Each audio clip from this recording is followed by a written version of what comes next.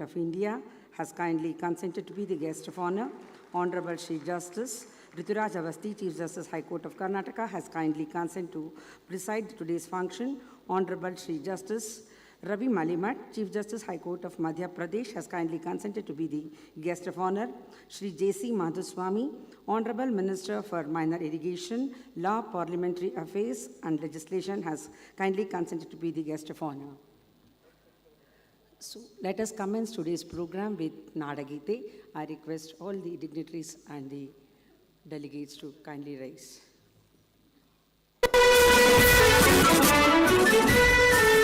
जय भारत जननीय तनुजाते जय हे कर्नाटक माते जय सुंदर नदीवन गणनाडे जय हे हसनु शिखरणे भूदेविय मकुटद नवमणिये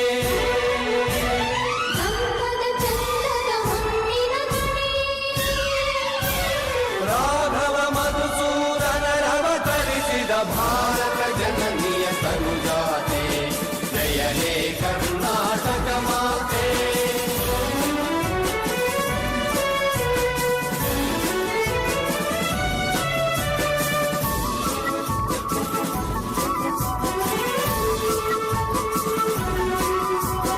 ಜನನಿಯ ಜೋಗುಳವೇಗದ ಘೋಷ ಜನನಿಗೆ ಜೀವವು ನಿನ್ನಾವೇಶ ಹಸುವಿನ ಗಿರಿಗಳ ಸಾಲೆ ನಿನ್ನಯ ಕೊರಳಿನ ಮಾಲೆ ಕಪಿಲ ಪತಂಜಲ ಗೌತಮ ದಿನನುತ ಭಾರತ ಜನನಿಯ ತನುಜಾತೆ ಜಯ ಹೇ ಕರ್ನಾಟಕ ಮಾತೆ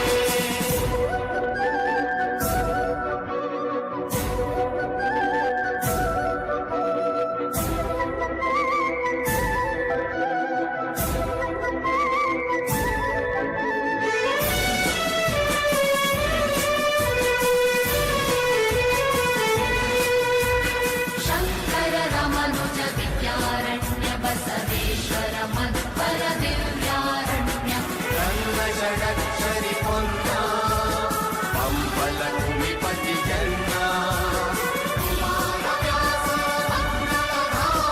कविकोकिलಗಳ पुण्य राम नानक रामानंद कवीरर भारत जननीय तनुजाते जय हे कर्नाटक माते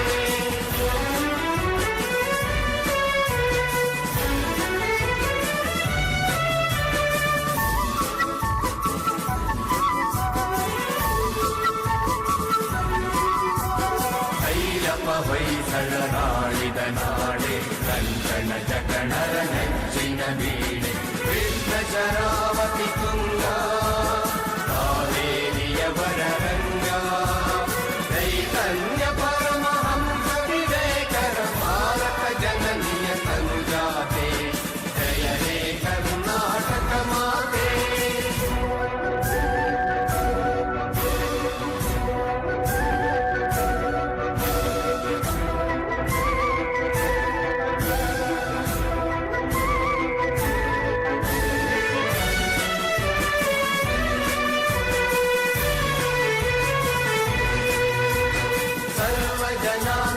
ಶಾಂತಿಯ ತೋಟ ರಸಿಕರ ಕಂಗಳ ಸೆಳೆಯುವ ನೋಟ ಹಿಂದೂ ಕ್ರೈಸ್ತ ಮುಸಲ್ಮಾನ ಪಾರಸಿಕ ಜೈನರು ಧ್ಯಾನ ಜನಗಣ ಹೋಲುವ ಸೊರೆಗಳ ಧಾಮ ಕಾಯಕ ಸೈನಿಕರ ರಾಮ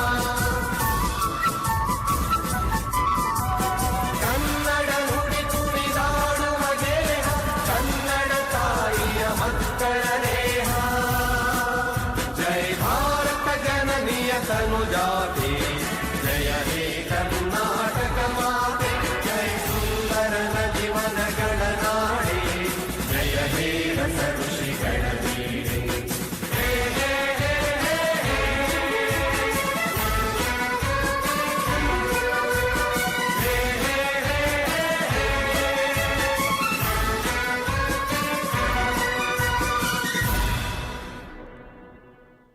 ಧನ್ಯವಾದಗಳು.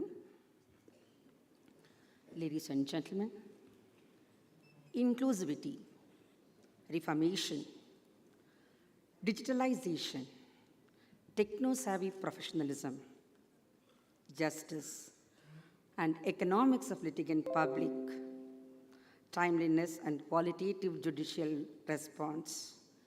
Many keywords are heard in the deliberations yesterday and today. Connecting the dots would only mean churning for transformation. It was not just re-engineering of the judicial process, but also inner engineering both at the individual level and the judicial ecosystem comprehensively. That was the open-ended story of the 20th conference, to put it in a nutshell. Now, we have entered the last leg of the eventful conference. On behalf of KSJOA, I, Veena Sharma, extend a warm welcome to all the dignitaries and delegates to the valedictory function of the biannual conference. May I now request Shri Mallanagowda, President, Karnataka State Judicial Officers Association, for his welcome address. Sir, please.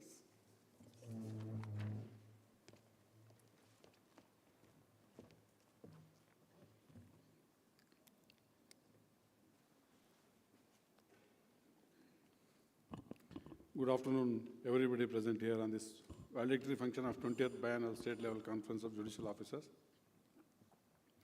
My Lord Honorable Sri Justice S. Abdul Nazir, Judge Supreme Court of India. My Lord Honorable Justice Abhay S. Oak, Judge Supreme Court of India. My Lord Honorable Justice Rituraj Avasti, Chief Justice High Court of Karnataka. My Lord Honorable Sri Justice Ravi Malimat, Chief Justice High Court of Madhya Pradesh. Sri J.C. Madhuswamy, Honorable Minister for Minor Irrigation, Law and Parliamentary Affairs and Legislation, Government of Karnataka. Honorable former and present judges of Honorable High Court of Karnataka. My sister and brother judicial officers from various parts of Karnataka. Respected resource persons, distinguished invitees, guests, members of print and electronic media, and ladies and gentlemen. It is a great pleasure to be with all of you this evening to welcome you all to this valedictory function. This conference began with a theme, Digitalized and Modern Judiciary for Effective and Timely Justice. The deliberation in the past 2 days will go a long way in enriching justice delivery system in the state of Karnataka. The theme chosen for the conference in a way to speed up justice delivery by adopting new technologies and also considering the potential of artificial intelligence. The subjects that were discussed in this conference will obviously pave the way for speedy trial and delivery of quick justice. The innovative discussions held in the conference will also trigger changes in the justice delivery system, benefiting more and more justice seekers. It is often said that the office of judge is not a matter of status and authority, but it is a pious responsibility to be discharged with great care, concern, and compassion. The common man considers the judiciary as an ultimate guardian of his rights and liberties. Every member of this institution, therefore, owes a duty to maintain the confidence of the common man in the judiciary. I am sure that deliberations of the conference will help strengthen the judicial system throughout the state of Karnataka. Honorable Chief Justice S. Abdul Nazir, Judge Supreme Court of India, is present with us to deliver valedictory address. His Lordship is very generous and always kind towards the judicial officers and acts as a caretaker, and this continues till date.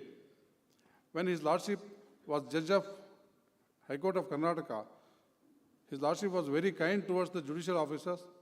Whenever the judicial officers used to approach His Lordship for any solutions, His Lordship never discouraged the judicial officers and helped the judicial officers in finding solutions for their grievances, which we, the judicial officers of Karnataka, cannot forget.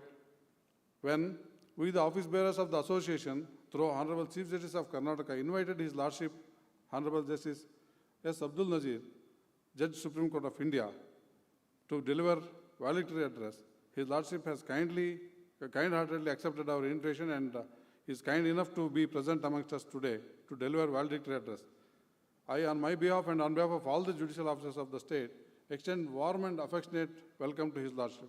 Welcome, my Lord. When the office bearers of the association requested Honorable Chief Justice Dinesh Maheshwari, Judge Supreme Court of India, to be the guest of honor, His Lordship has kindly accepted our invitation and kindly consented to be the guest of honor in the valedictory function. However, His Lordship has sent a message through the office of His Lordship expressing that on account of unavoidable circumstances, His Lordship is unable to attend the function and has sent best wishes for grand success of the conference and meaningful deliberations. While wholeheartedly thanking His Lordship for the kind best wishes, we greatly acknowledge the kind message sent by His Lordship.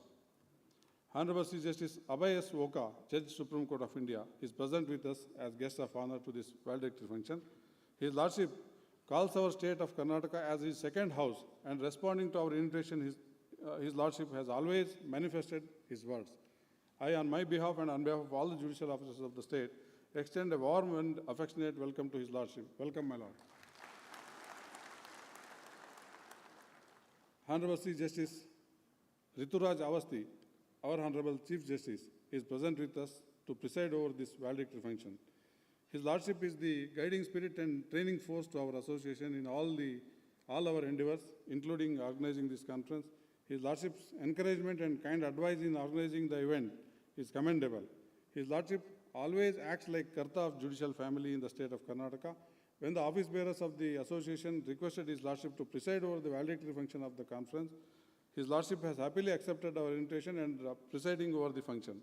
I, on my behalf and on behalf of all the judicial officers of the state, extend a warm and affectionate welcome to His Lordship. Welcome, my Lord. Honorable Chief Justice Ravi Malimat, Chief Justice, High Court of Madhya Pradesh, is present with us as guest of honor of this valedictory function. His Lordship is always very generous to the judicial officers. His Lordship has kind-heartedly accepted our invitation to grace this occasion. I, on my behalf and on behalf of all the judicial officers of the state, extend a warm and affectionate welcome to His Lordship. Welcome, my Lord. Sri J.C. Madhuswamy, Honorable Minister for Minor Irrigation, Law, Parliamentary Affairs and Legislation, Government of Karnataka, is present with us as guest of honor, representing the Government of Karnataka, which has been taking steps for the welfare of judicial officers and always responded to the needs of judiciary. I, on my behalf and on behalf of all the judicial officers of the state, extend a warm and affectionate welcome to him. Welcome, sir.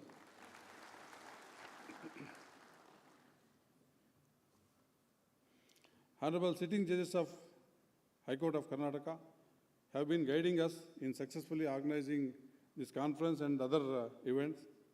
Their constant support and guidance has played a major role in the success of the conference.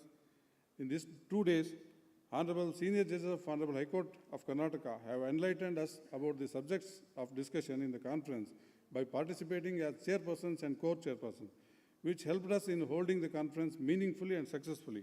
In response to our request, Honorable Sitting Judges of Honorable High Court of Karnataka are kind enough to be present in this valedictory function. I, on my behalf and on behalf of all the judicial officers of the state, extend a warm and affectionate welcome to their lordships.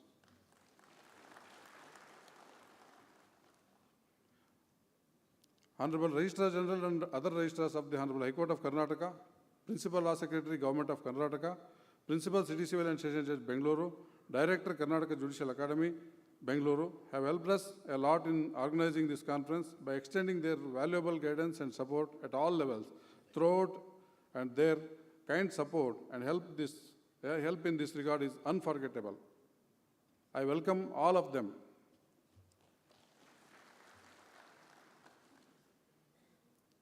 Learned resource persons of the sessions, office bearers of the different bar associations, and judicial officers of the state are also present in this valedictory function.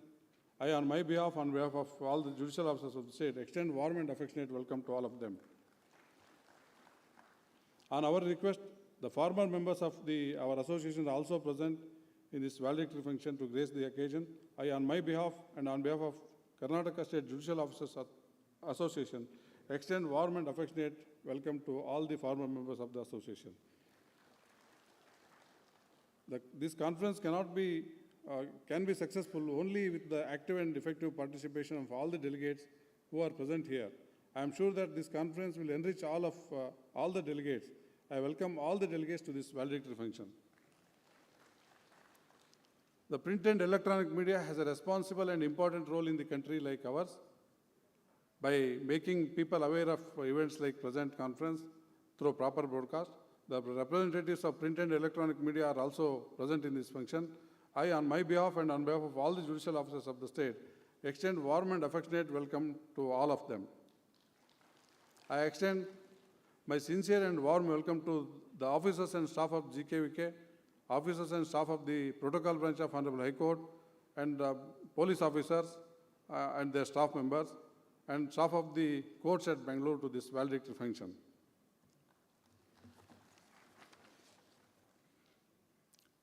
Madam Justice Nazir is also present in this function. I welcome Madam Justice Nazir.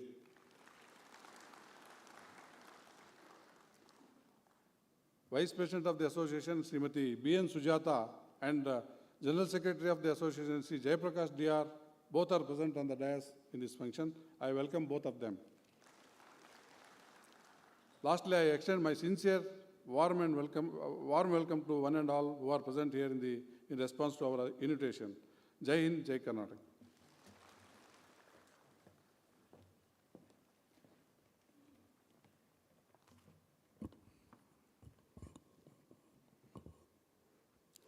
Thank you, Sir Malanagowda, for extending a warm welcome to all the dignitaries and the delegates. It's a privilege and pleasure to welcome the dignitaries on the dais by offering them a floral bouquet. May I now request Sri Malanagowda, President of the Association, to welcome Honorable Sri Justice S. Abdul Nazir, Judge, Supreme Court of India.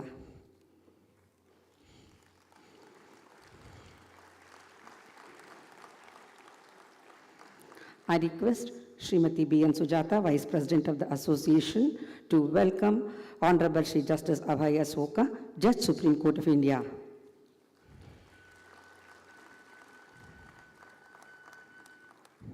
I request Sri Jayaprakash Dr. Secretary of the Association, to extend a warm welcome to Honorable Sri Justice Rituraj Avasthi, Chief Justice, High Court of Karnataka. I request Sri Umesh H.K., Treasurer of the Association, to welcome Sri Honorable Sri Justice Ravi Malimat, Chief Justice, High Court of Madhya Pradesh.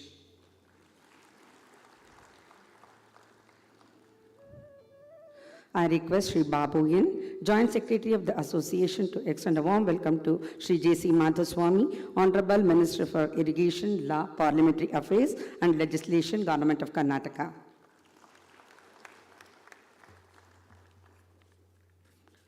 Ladies and gentlemen, it's a time to felicitate the dignitaries and the dais and express our love and gratitude and affection towards them. So may I request Honorable Sri Justice.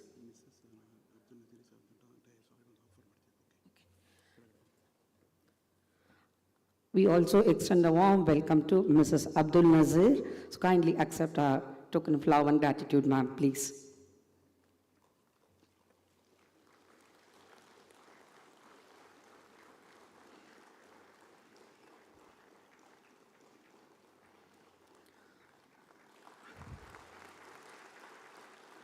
I request Honorable Sri Justice Alok Aradhe, Judge, High Court of Karnataka, Bengaluru, to honor Honorable Sri Justice S. Abdul Nazir, Judge, Supreme Court of India.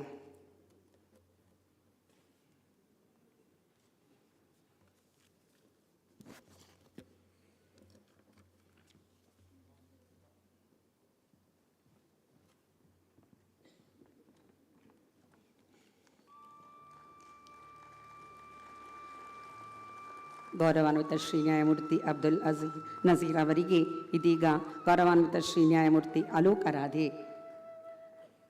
ಗೌರವಾನ್ವಿತ ನ್ಯಾಯಮೂರ್ತಿಗಳು, ಕರ್ನಾಟಕ ಉಚ್ಚ ನ್ಯಾಯಾಲಯ ಇದರಿಂದ ಗೌರವ ಸಮರ್ಪಣೆ.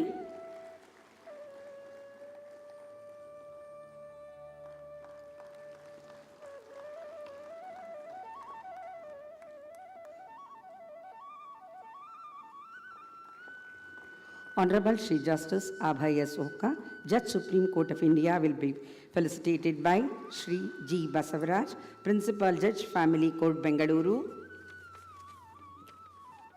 Sri S.V. Vatavati, Registrar, Vigilance, High Court of Karnataka. Sri C.M. Joshi, Principal District and Sessions Judge, Belagavi.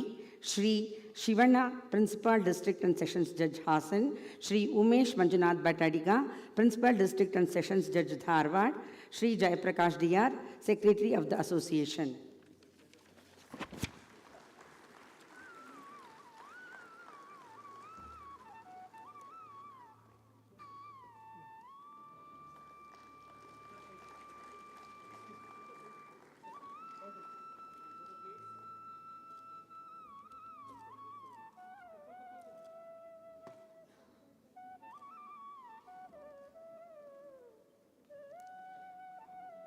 Thank you, sir. Thank you for accepting our honors. Now, Honorable Shri Justice Rituraj Avasthi, Chief Justice, High Court of Karnataka, will be felicitated by Shri G.S. Sangareshi, Principal District and Sessions Judge Tumukuru, Shri B.S. Nayak, Principal District and Sessions Judge Chikkaballapura, Shri K.S. Vijaya, Additional Registrar General, High Court of Karnataka, Kalaburgi Bench, Srimati K.B. Geeta, Member Karnataka Administrative Tribunal, Bengaluru, Shri Murali Dharapai B., Principal District and Sessions Judge, Dakshina Kannada, Mangaluru, and Shri Umesh H.K., Treasurer of the Association.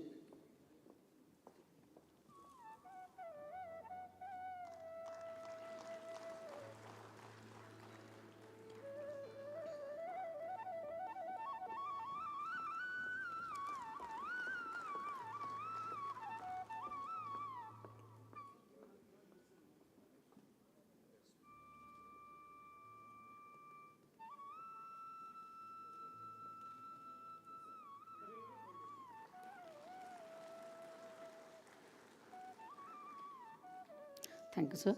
Honorable Shri Justice Ravi Malimat, Chief Justice, High Court of Madhya Pradesh, will be felicitated by Srimati Prabhavati M. Hiremat, Chief Judge, Court of Small Causes, Bengaluru, Shri Jai Shankar, Additional Registrar, Judicial, High Court of Karnataka, Dharwad Bench, Srimati Shubha Gaudar, Principal District and Sessions Judge, Chikamagaluru, Srimati Mahalakshmi Nerele, Principal District and Sessions Judge Gadak, Shri Vasudeva Round, Additional Registrar General, High Court of Karnataka, Dharwad Bench, Shri Patil Nagalingan Gowda, District and Sessions Judge, Bengaluru.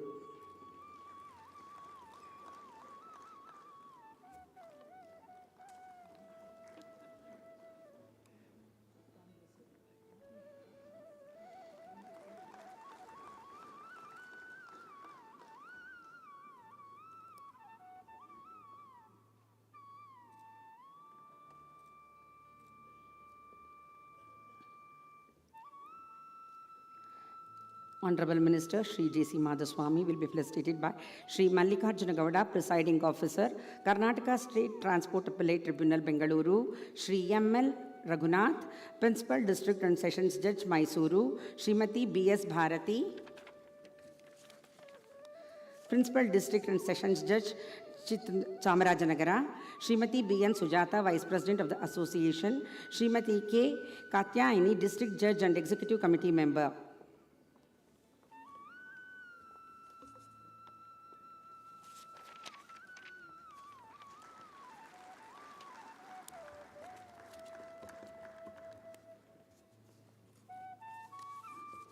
ನಮ್ಮ ಗೌರವವನ್ನು ಸ್ವೀಕರಿಸಿದಂತಹ ಎಲ್ಲ ಅತಿಥಿ ಗಣ್ಯರಿಗೂ ಸಹ ನಾವು ಆಭಾರಿಯಾಗಿದ್ದೇವೆ.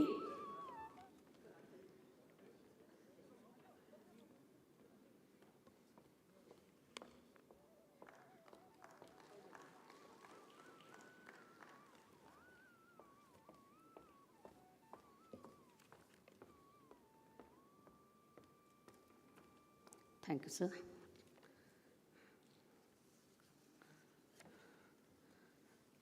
Ladies and gentlemen, Japanese word kaizen means continuous improvement. The process of delivering justice too require continuous improvement, if not radical changes. Through this conference, KSJOA has made an honest attempt to craft progressive change in justice deliverance through digitalization and modernization of judicial system. Related topics were dealt in detail by most competent persons in the legal fraternity. May I now request Srimati B.N. Sujata, Vice President of KSJOA, to present a report on deliberation.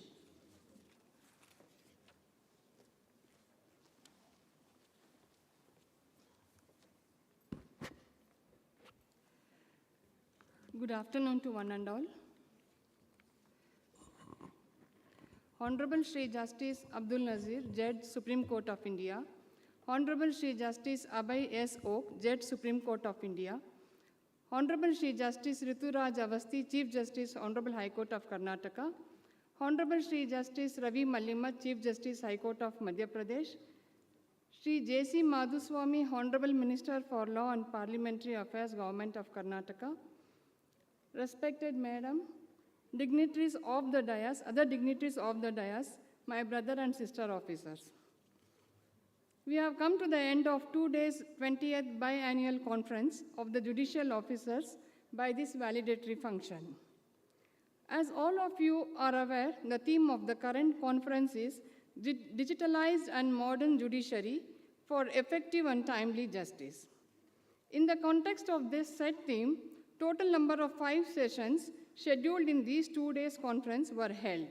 The conference commenced with the inaugural program on 23/4/22 in this venue. The same was inaugurated by His Lordship, Honorable Dr. Justice D.Y. Chandrachud, Judge, Supreme Court of India, and Chairperson, E-Committee, Supreme Court, in the august presence of Honorable Chief Minister, Sri Basiraj Bommai, Honorable Sri Justice A.S. Bopanna, Judge, Supreme Court of India, Honorable Srimati Justice B.V. Nagaratna, Judge, Supreme Court of India, Honorable Justice Rituraj Avasthi, Chief Justice, Honorable High Court of Karnataka.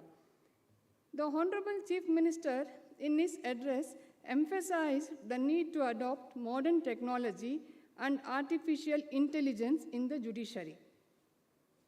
However, it was added that use of human component cannot be forgotten while deciding the case by using technology.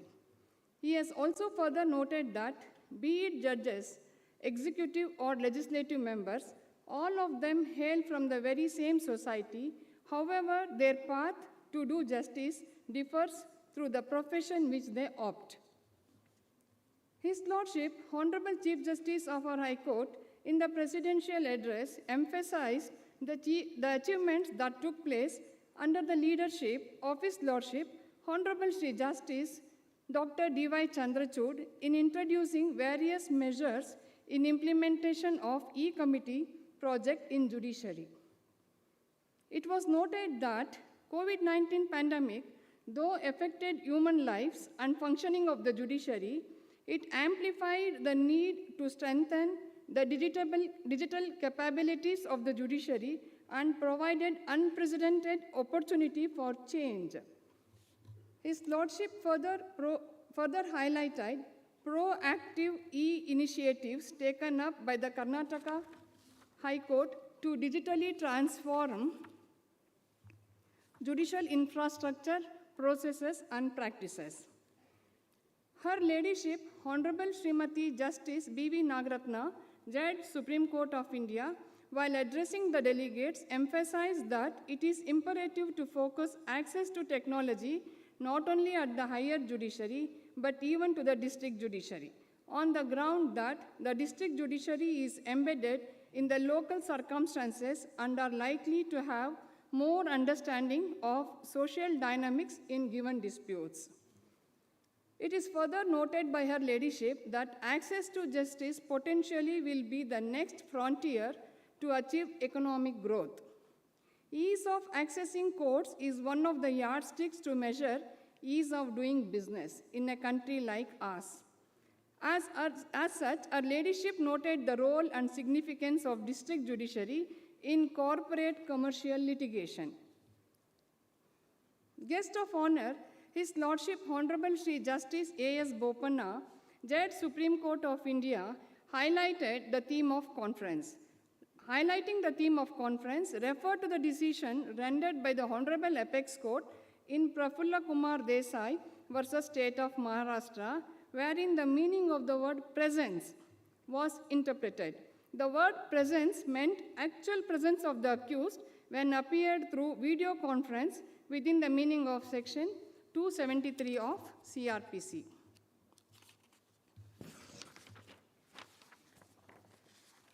His Lordship stated that all of us assume that the Western world is more advanced in digitalization of court proceedings, but it is not so. Further stated that during pandemic, we have adopted substantially the technology in conducting courts through video conference. In inaugural address of His Lordship, Honorable Sri Dr. D.Y. Chandrachud, Judge, Supreme Court of India, and Chairperson, E-Committee, Supreme Court of India, primarily noted the transformation in the service conditions of civil judges, judges of Honorable High Court, and Honorable Supreme Court and stated that Justice K. Jagannath Shetty's commission report changed the comfort levels of the judges compared to their ancestors in the system. His Lordship further stated that the judgeship will not only teach about law, but also about life. Inter alia, observing one of the most significant takeaways in the judicial experience of His Lordship is the systematic importance of the judiciary in the grassroots level. His Lordship addressed the infrastructural changes that can be implemented in the district and high court level to achieve substantive and procedural justice. With reference to the theme of conference, His Lordship stated that the digitalization of courts is one of the ways to ensure greater convenience to the litigants and also reduction of cost of litigation. It was observed that the digitalization world which we see presently is an unimaginable one when compared to the pre-pandemic period. Similarly, it was also observed by His Lordship that the digitalization transformed our concept of basic services, stating that the E-Committee of Supreme Court of India is considering to deliver e-court services through common services centers established across country, including the village level. As a part of business sessions, the session number 1 discussed the topic Advanced Technology for Justice, its applicability and challenges ahead. In the said session, the chairperson, co-chairperson, and panelists discussed about the challenges ahead in adopting advanced technology and emphasized requirement of change of management among the stakeholders so as to involve ourselves in bringing transformation to the judiciary by adopting technology. In session 2, the topic discussed was lifestyle diseases, silent killer, and personality development and capacity building. In the said session, renowned Dr. C.N. Manjunath, while enlisting various causes for lifestyle diseases, brought to the notice of the august audience the digitalization and screen addiction, that is mobiles, is the latest lifestyle diseases, and advised the audience to use any social media applications in moderate to overcome the possible health risk. Further, he advised the delegates to avoid long sitting and to take a break for work even inside the chambers, so as to ensure not less than 10,000 steps per day is covered to keep heart healthy. As far as food habits are concerned, he advised to adopt the food habit of our ancestors and not to make a habit of taking fast food. The chairperson of the session spoke about the importance of smile and yoga for the well-being. The co-chairperson explained the importance of Charaka Samhite in maintaining healthy lifestyle. In session 3, the topic for discussion was role of judiciary in changing world. The chairperson, co-chairperson, and panelists in detail presented their views on the role of judiciary in a changing world as one of the important organs of the government. The functions of the judiciary and its importance in rendering justice, interpretation of law, and protection of rights were discussed. It also discussed the change in legislation, precedents, and changing trend in the litigation, as well as to cope up with the modernization of judicial system. In session 4, the topic for discussion was appreciation of electronic evidence. The relevancy to the current scenario having regard to usage of electronic records in every sphere of life was discussed. The chairman, the co-chairman, and panelists discussed the development of legislation and law in appreciating electronic evidence with reference to several judgments rendered by the Honorable Apex Court. The chairperson in the interaction section discussed about the certificate under Section 65B of Evidence Act. It was discussed that the said certificate cannot be dispensed with proof of an electronic document like any other documentary evidence. It is only a certificate of authentication. Certificate is mandatory if a party intends to produce and rely on electronic evidence. Defect of non-production of certificate is curable one. Certificate is a must even in case of a party admitting an electronic document during cross-examination. This is very important. As a part of in-house discussion, His Lordship, Honorable Shri Justice Abhay Srinivas Oak, Judge, Supreme Court of India, was pleased to grace the occasion. It is the first time in the history of Judicial Officers Conference, Honorable Judge of Supreme Court has participated in the in-house discussion with the team of registries of the Honorable High Court of Karnataka, and His Lordship was kind enough to give patience hearing for the grievances of the respective judicial officers who raised the queries.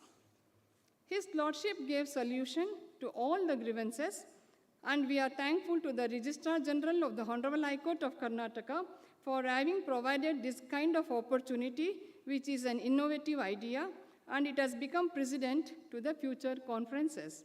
Thereafter, under the chairpersonship of Srimati Mahalakshmi Nerle, Principal District and Session Judge Gadag, and panelists consisting of senior-most district judges,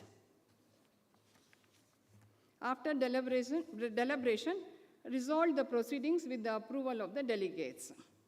On this occasion, I would like to extend my heartfelt thanks to respected Sri T.G. Shivshankare Gowda, Registrar General of the Honorable High Court of Karnataka, Sri Anil B. Katti, Principal District and Session Judge, City Civil Court, Bengaluru, Srimati Prabhavati M. Hiremat, Chief Judge, Court of Small Cases, Sri Ramchandra D. Huddar, Director of Karnataka Judicial Academy, Sri Venkatesh Nayak T., Principal Law Secretary to the Government of Karnataka, Principal Law Secretary to the Government of Karnataka, and Sri G. Basuraj, Principal Judge, Family Court, Bengaluru, on whose blessing and able guidance I am here today. Not but the least, I also thank Sri N.G. Dinesh, Sri U. Chandrasekhar, Sri Ravi Kumar, Srimati K. Katyayani, and Sri Raju N. and other office bearers of the association, and also Sri Nagaraj S. Ankas Doddi, Registrar, City Civil Court, and staff who assisted me in preparation of this report of deliberation. I thank one and all. Thank you.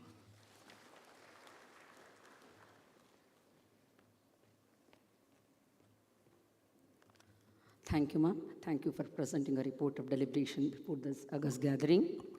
ಇದೀಗ ಕರ್ನಾಟಕ ಸರ್ಕಾರದ ಕಾನೂನು, ನೀರಾವರಿ ಹಾಗೂ ಸಂಸದೀಯ ವ್ಯವಹಾರಗಳ ಸನ್ಮಾನ್ಯ ಸಚಿವರಾದಂತಹ ಶ್ರೀಯುತ J C Madhuswamy ಅವರಲ್ಲಿ ಅವರ ಅನಿಸಿಕೆಗಳಿಗಾಗಿ ಕೋರಿಕೆ.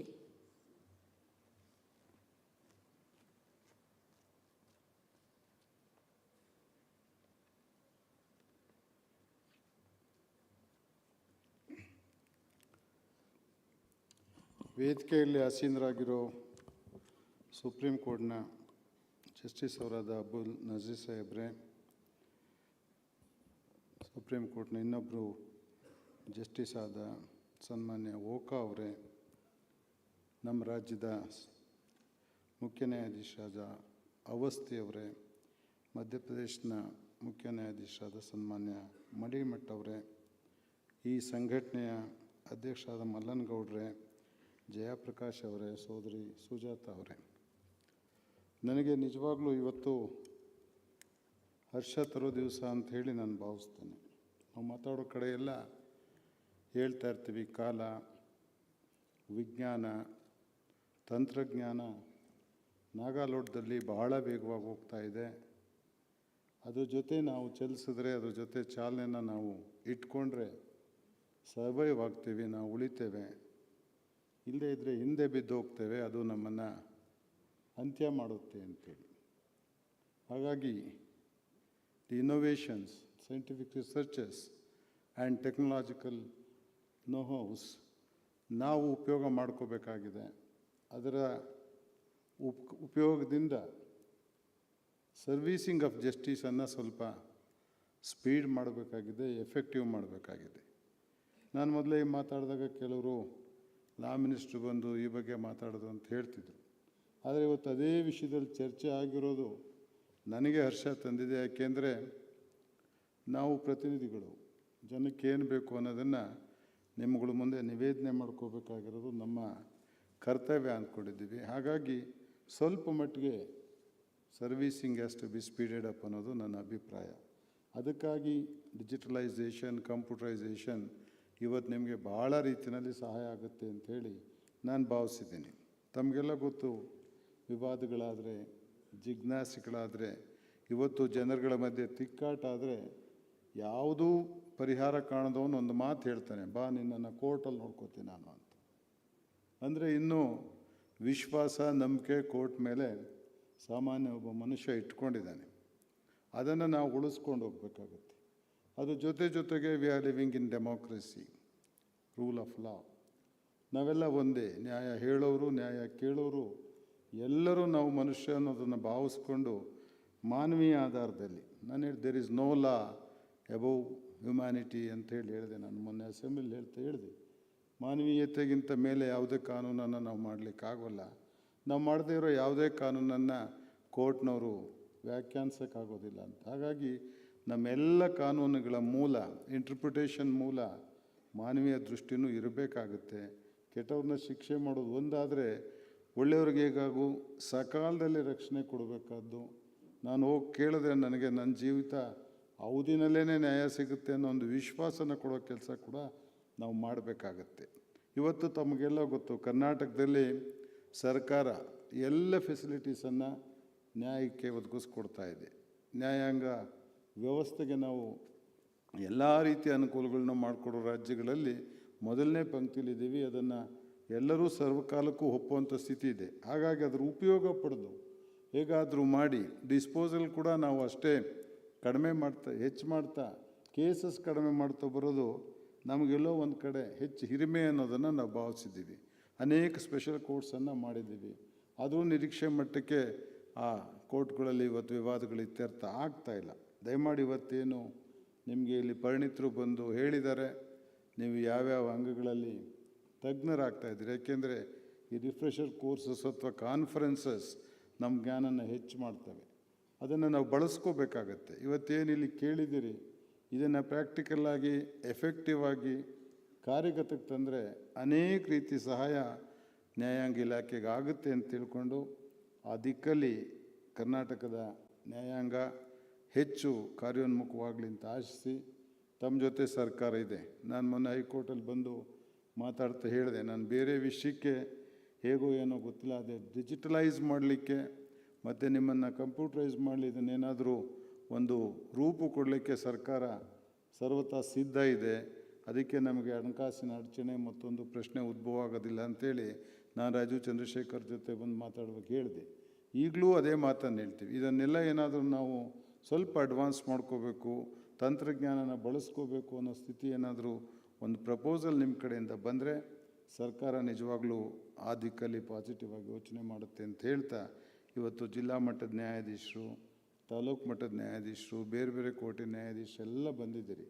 ದಯಮಾಡಿ ಒಂದು ಮನಸ್ಸನ್ನು ಮಾಡಿ ಈ ಕಾರ್ಯಕ್ರಮದ ಪ್ರಯೋಜನವನ್ನು ಕಾರ್ಯಗತ ಮಾಡೋ ದಿಕ್ಕಲ್ಲಿ ಯೋಚನೆ ಮಾಡಿ ಕಾರ್ಯಗತ ಮಾಡಿ ಅಂತೇಳಿ ಕೇಳಿಕೊಂಡು ಆದಷ್ಟು ಬೇಗ ನಿಮ್ಮ ಮುಂದೆ ಬಂದು ನ್ಯಾಯ ಕೇಳೋನಿಗೆ ಒಂದು ನ್ಯಾಯ ಸಿಗುವಂಥ ಸ್ಥಿತಿ ನಿರ್ಮಾಣ ಮಾಡಬೇಕು ಅಂತ ಆಶಿಸ್ಬಿಟ್ಟು, ಒಳ್ಳೆಯ ಕೆಲಸ ಇವತ್ತು ಕರ್ನಾಟಕದಲ್ಲಿ ವರ್ಷಕ್ಕೊಂದು ಸಲ ನಿಮ್ಮನ್ನೆಲ್ಲ ಕರೆದು ಸಮಾವೇಶ ಮಾಡಿ ಈ ರೀತಿ ನಿಮ್ಮನ್ನು ರಿಫ್ರೆಶ್ ಮಾಡೋ ಕೆಲಸ ಆಗ್ತಿದೆ.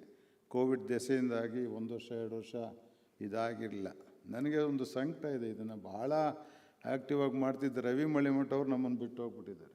ಜುಡಿಷಿಯರಿ ಅಕಾಡೆಮಿ ಕೆಲಸ, ಇಂಥ ಕೆಲಸ ಭಾಳ ಮಾಡ್ತಿದ್ರು ಅವರು. ಆದರೂ ಅವ್ರ ಜಾಗದಲ್ಲಿರೋರು ಇದನ್ನು ಅದೇ ರೀತಿಯಲ್ಲಿ ಮುಂದುವರಿಸ್ಕೊಂಡು ಹೋಗಬೇಕು.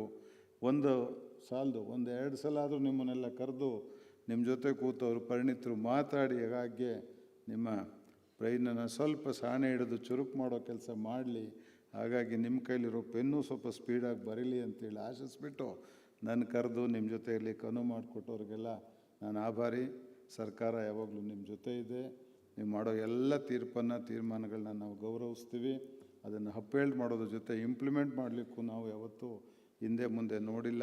ಮಾತೇನೇ ಬಂದರೂ ಕರ್ನಾಟಕ ಸರ್ಕಾರ ಯಾವತ್ತೂ ನ್ಯಾಯಾಂಗ ಕೊಟ್ಟ ತೀರ್ಪನ್ನು ಪ್ರಶ್ನೆ ಮಾಡೋದು ಅಥವಾ ಅದಕ್ಕೇನಾದರೂ ಬೇರೆ ರೀತಿ ಆಲೋಚನೆ ಮಾಡುವಂಥ ಸ್ಥಿತಿಗೆ ನಾವು ಬಂದಿಲ್ಲ. ಅಷ್ಟು ಗೌರವನ ಈ ಗೌರ್ಮೆಂಟು ನಿಮ್ಮ ಬಗ್ಗೆ ಇಟ್ಕೊಂಡಿದೆ. ಅದರಿಂದ ನಾವು ನಿಮ್ಮಿಂದ ನಿರೀಕ್ಷೆ ಏನು ಮಾಡ್ತೇವೆ ಅಂದರೆ ಸ್ವಲ್ಪ ಜನಗಳಿಗೆ ಬೇಗ ನ್ಯಾಯಾಧಿಕರಣ ನ್ಯಾಯ ಸರ್ವಿಸ್ ಆಗಲಿ ಅಂತ ಅಪೇಕ್ಷೆ ಪಟ್ಟು ನನ್ನ ಮಾತು ಮುಗಿಸ್ತೀನಿ. ನಮಸ್ಕಾರ.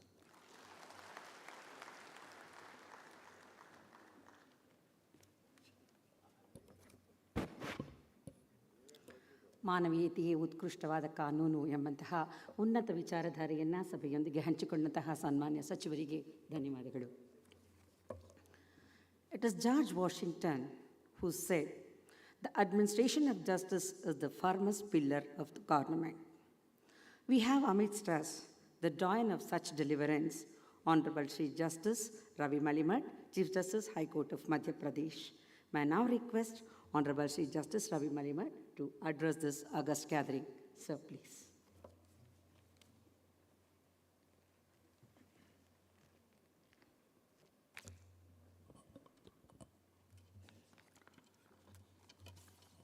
It's okay. A very good afternoon to everyone. Honorable Shri Justice S. Abdul Nazir, Judge, Supreme Court of India. Honorable Shri Justice Abhay S. Oak, Judge, Supreme Court of India. Honorable Shri Justice Rituraj Awasthi, Chief Justice, High Court of Karnataka. Shri Madhuswamy, Honorable Minister for Mine Irrigation, Law, Parliamentary Affairs and Legislation. My esteemed brother and sister judges of the Karnataka High Court, the Registrar General and members of the registry, Shri Mallangoda, President, Karnataka State Judicial Officers Association, Shri Jay Prakash, General Secretary of the association, ladies and gentlemen.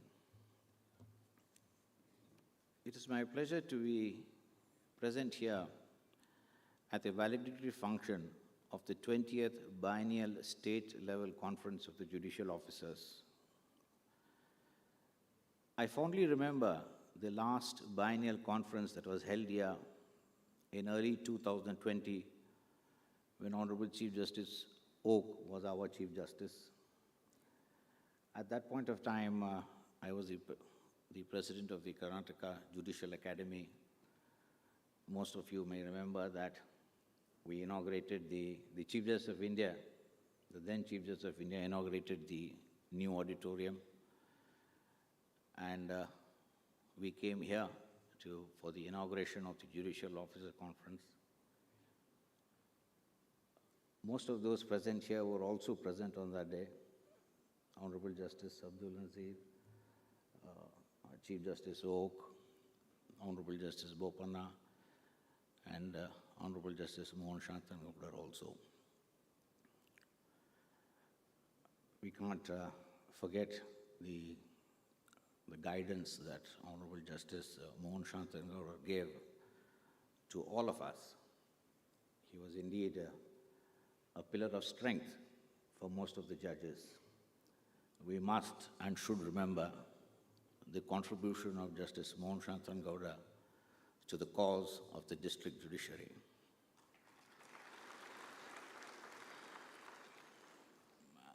After hearing the report of the two-day deliberations, I'm quite certain that the judicial officers across Karnataka have benefited from the various sessions conducted over the past 2 days.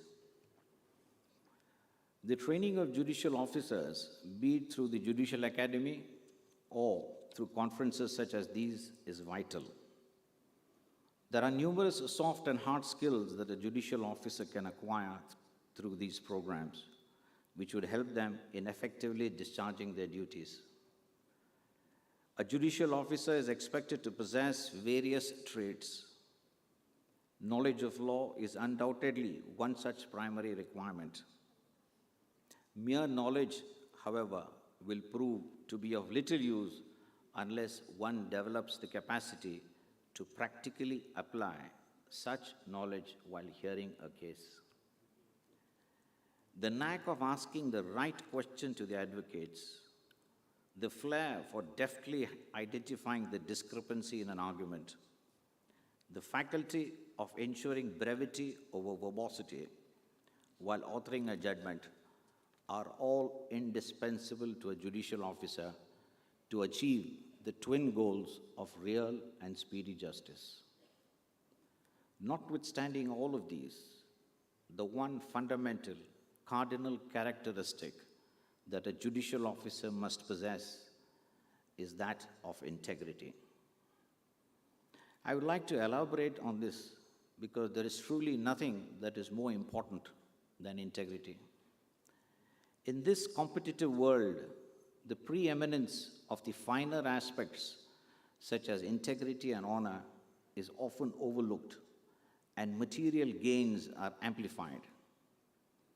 Integrity is indisputably essential for every person working in any field, but it becomes a mandatory prerequisite when one is a judicial officer. The other traits that are required of a judicial officer can always be learnt, imbibed, and improved upon through sustained efforts, but integrity is something that only you can instill in yourself. It is either inherently present in an individual or absent. Now, what is integrity? It is a very vague word, isn't it? For a judicial officer, integrity is to undertake all judicial and administrative actions in a principled and morally upright manner without regard for anything or anyone else but for the cause of justice. A judicial officer, no matter how senior or junior, must have unwavering and unassailable integrity from the very first case that one hears at the beginning of his or her career until the very last case that one decides. It must also necessarily be present in any administrative decision or such other action that a judicial officer takes. In each case that comes before you, do not think of who the parties are. Do not think of the consequences of your order. Think solely about whether your decision that you are about to make is just. If the judgment, in your opinion and good conscience, is just, fair, and reasonable, then deliver it without fear. Some judicial officers, especially the juniors, may wonder about whether the likelihood of the judgment being affirmed by the appellate courts must be taken into account while delivering a judgment, or whether their CRs will be affected if the appellate courts take a different view. The answer to both these questions is no. Affirming or setting aside orders are a natural part and parcel of the justice delivery system, and this should not be a consideration for the judicial officers while deciding a case. Your only focus should be on whether justice has been done through your judgment, and it goes without saying that you can only deliver justice if you have integrity. In fact, a reminder of the significance of justice is served each day in the court hall. When judges enter a court hall, they bow. The advocates and clients present in the court hall bow as well. This ritual is also repeated during the lunch breaks and at the end of each day. A very common misconception is that the advocates and clients bow to the judge and the judge bows to the advocates or otherwise. A lot of people are not aware that the tradition is that the judge, advocates, and the clients all bow down to justice and not to each other, because nothing is superior to justice. Therefore, the meaning behind such practice is very important to be kept in mind. C.S. Lewis, the popular British author, once said, Integrity is doing the right thing even when no one is watching. On a lighter note, in India, we have the tendency of saying that when no one is watching, God is watching. Whether you believe that no one is watching or that God is watching, for judicial officers, self-regulation is the key. Having integrity and order is not something that you do for others. It is something that you do for yourself. Only you are in a position to certify if you have integrity, and if you do, you must proudly cherish it as a judicial officer. I had practiced as an advocate for many years before I was elevated as a judge of the High Court of Karnataka. The happiness that you get when you win a case for your client as an advocate is enormous. However, the satisfaction that you get as a judge when you adjudicate a case so as to provide justice is unparalleled. Some of you might have experienced this.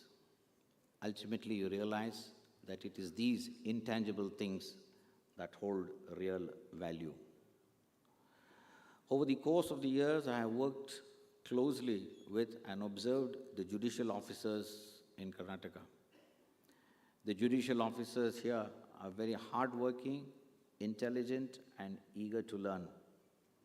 You have, through your integrity and dedication, upheld the ideals of this institution. I wish each of you the very best for the years to come. I thank Justice Rituraj Avasthi, Chief Justice, High Court of Karnataka, as well as Sri Mallan, President, Karnataka State Judicial Officers Association, for the gracious invitation extended to me to be a part of the valedictory function of the 20th Biennial State-Level Conference of Judicial Officers. Thank you.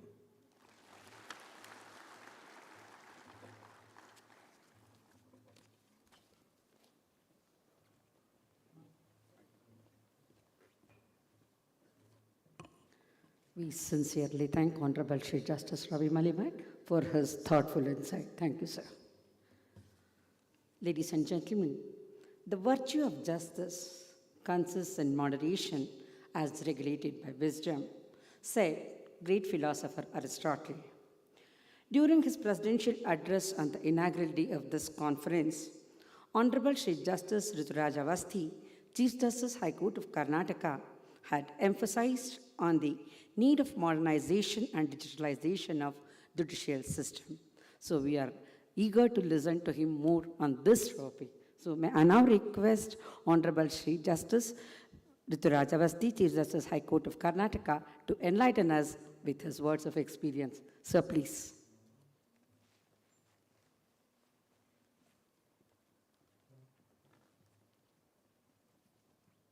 Honorable Shri Justice S. Abdul Nazir, Judge Supreme Court of India. Honorable Shri Justice Abhay S. Oak, Judge Supreme Court of India. Honorable Shri Justice Ravi Malimat, Chief Justice, High Court of Madhya Pradesh.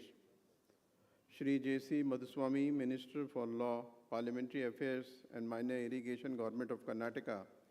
My esteemed sister and brother judges, Ma'am, Mrs. Nazir, Mr. T.G. Shivshankari Gowda, Registrar General, Registrars of the High Court of Karnataka, Mr. Malin Gowda, President and other office bearers of the Karnataka State Judicial Officers Association, learned judicial officers, members of print and electronic media, distinguished guests, ladies and gentlemen. Yelaregu Namaskara. Good afternoon to all of you. I consider it as a mark of affection shown by all of you by inviting me to this valedictory session. I have already spoken yesterday. In this session, we have here amongst us Honorable Shri Justice S. Abdul Nazir, Judge Supreme Court of India. His Lordship is a perfect symbol of simplicity and humility.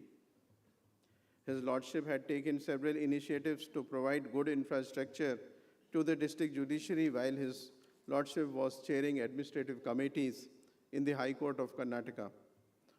Even after elevation to the Apex Court, His Lordship has been inquiring about the availability of infrastructure in district courts and has also attended several inaugural functions of infrastructure projects in various parts of Karnataka. Honorable Shri Justice Abhay S. Oak, Judge Supreme Court of India, who is the guest of honor for valedictory function, His Lordship needs no introduction. He has great affection to the people of Karnataka in general and to the judicial officers of Karnataka judiciary in particular. While His Lordship was the Chief Justice of Karnataka, he had made a general appeal requesting all the concerned to avoid referring the district courts as lower courts and to refer them by the designation of the respective courts. We also have amongst us Honorable Shri Justice Ravi Malimat, Chief Justice of High Court of Madhya Pradesh, who is another proud son of Karnataka. He has always tried to improve the administration of justice in the district judiciary while he was working as judge of the High Court of Karnataka. In the inaugural address, His Lordship Honorable Dr. Justice Dhananjay Vaichanchur, while speaking about the importance of modern technology, has stressed the need of effective use of modern tools to truly protect the personal liberties of people. His Lordship's address was inspirational and contained several valuable advices to the members of the district judiciary. His Lordship called upon the judicial officers to increase the use of digital technology like video hearing, electronic submission of court filings, digital signatures, etc., to dispose more number of cases and make accessible to the poor. The Chief Minister of Karnataka, Shri Basavaraj Bommai, asserted on creating right kind of value system in society and that society should reward the good values among the people to ensure social harmony. Honorable Srimati Justice B.V. Nagaratna spoke about the significant role played by the district judiciary and that it is the bedrock and backbone of the Indian judiciary. Her Lordship told that pandemic made a significant impact on the pendency of cases and that it is necessary to upgrade and accelerate the disposal with the help of digital tools. She also reminded the judicial officers of the fundamental duty provided under Article 51A(j) of the Constitution of India, which require every citizen to strive towards excellence in all spheres of individual and collective activity so that the nation constantly rises to higher levels of endeavor and achievements.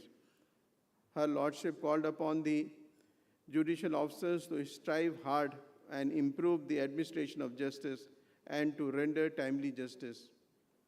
Honorable Shri Justice A.S. Bopanna emphasized the need of modern technology in access to justice and timely delivery of justice. He spoke as to how the pandemic of COVID-19 compelled us to adopt the technology in a better way.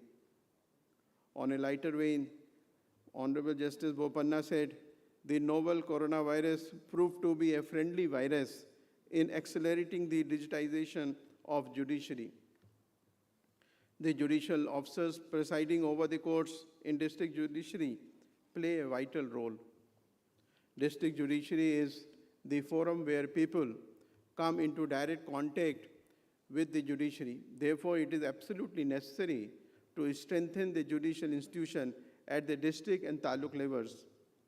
The report of deliberations submitted today in this session shows that there were fruitful deliberations on various aspects in this conference, which was spread over for 2 days with 5 business sessions. During the deliberation in the first session, which was chaired by Justice Alok Aradhe and Justice G. Narendra, there were useful discussions about the use of computer and filing of cases through e-filing in the court and feeding of accurate date by the court staff. The benefits of advanced technology were also explained by the panel members. In the second session, chaired by Justice Sujata and Justice Srinivas Harish Kumar, there were discussions about importance of health and also about yoga. The panelist, Dr. C.N. Manjunath, director of Sri Jayadeva Institute, has dealt in detail about the lifestyle diseases and the causes for getting such diseases. He has explained the importance of regular exercise for judicial officers. In the third session, chaired by Justice B. Virappa and Justice K.S. Mudgal, there were useful discussions on the role of judiciary in the changing world. The necessity of maintaining absolute honesty and integrity by the judicial officers were stressed.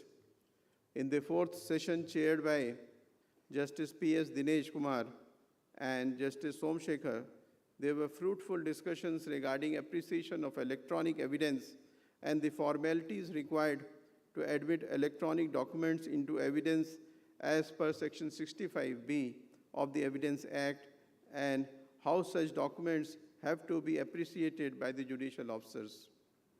The latest position of law and leading judgments of this subject were also discussed. The fifth session was the in-house discussion.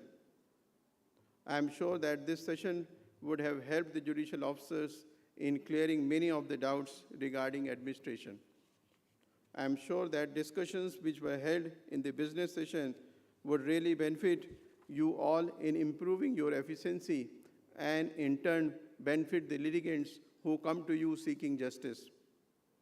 It is a fact that most of the time the losing side will be dissatisfied with the decisions which you make. It is also a fact that an honest, strict judicial officer is likely to have adversaries. The High Court receives several complaints against judicial officers. We take steps to see that honest judicial officers are protected against any ill-conceived or motivated complaints. I request all the judicial officers to see that they always remember and follow the three basic requirements, that is, honest, humble, and hardworking, which should be the mandatorily followed by the judicial officers. I would like to quote the words of John Marshall, the Chief Justice of American Supreme Court, is spoken nearly about 2 centuries ago, which are still true. And I quote, "The power of judiciary lies not in deciding cases, not in imposing sentences, also not in punishing contempt, but in the trust, faith, and confidence of the common man." We are all eager to hear the valedictory address by none other than our Justice S. Abdul Nazir and Honorable Justice S. Oak. I conclude by wishing you all success and thank the association for giving me this opportunity to be with you all. Thank you. Jai Hind.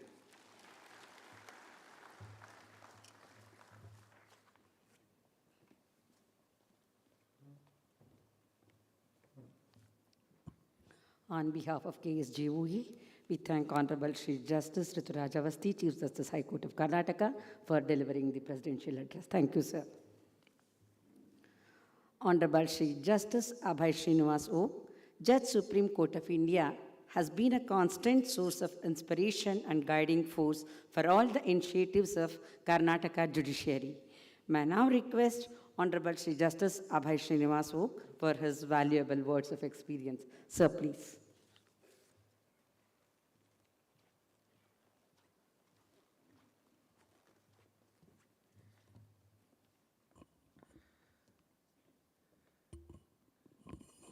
Good afternoon and namaskar.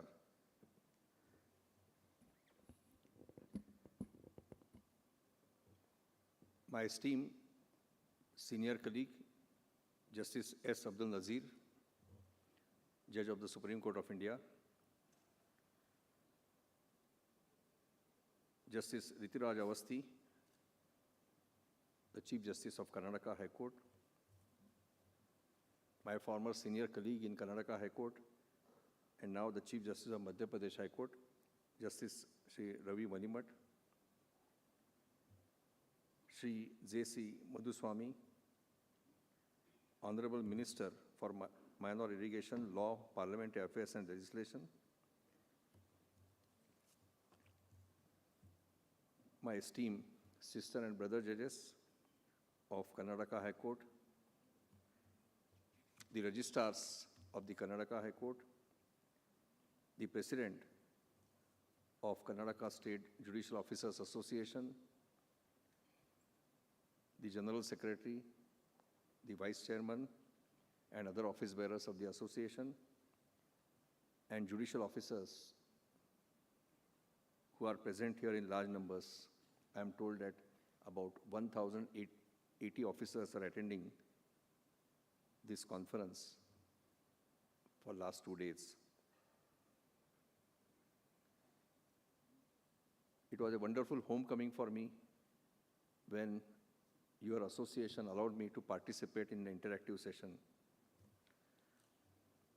After I started facing questions in the interactive session, I realized harsh reality. The reality was that perhaps the Chief Justice of the High Court is more powerful than a judge of the Supreme Court when it comes to resolving issues of the judges and the judiciary. There are many interesting questions posed to me. I must confess that to some of the questions I had no answer, but only few things which I consider to be important, I just want to share, especially when the Chief Justice of Karnataka High Court is here. I have seen changing face of judiciary during last about 8 to 10 years. Somehow I was associated with the process of recruitment and promotion of the judicial officers, maybe in Bombay and thereafter in Karnataka. Now every new batch which we select of the civil judges has more than 50% women candidates. So today very interesting questions were posed by some of the women judicial officers, raising a real concern about some issues which are limited to women judicial officers. I am sure that those issues will be communicated by the Registrar General and other registrars to the Chief Justice, and maybe there will be a representation. I personally feel that when Karnataka is going to give the first woman Chief Justice of India, the Chief Justice of Karnataka High Court will be very sensitive to the issues raised by the women judicial officers.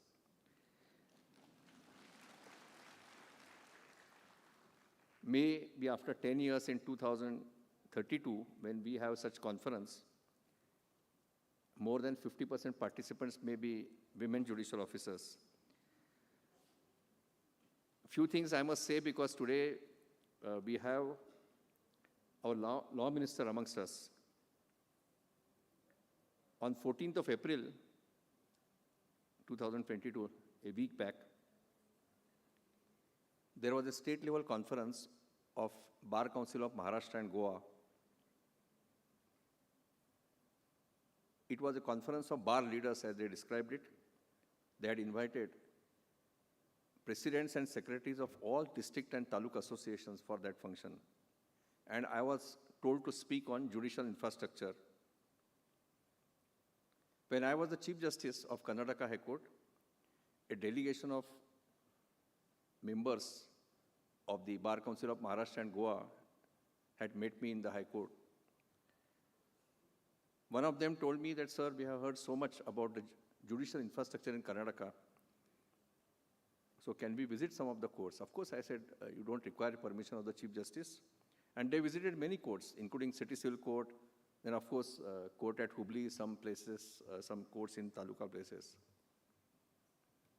So coming back to the function of 14th of April, two senior members of the Bar Council of Maharashtra and Goa, in their speech, made a request to me that I should speak about the superior judicial infrastructure in Karnataka.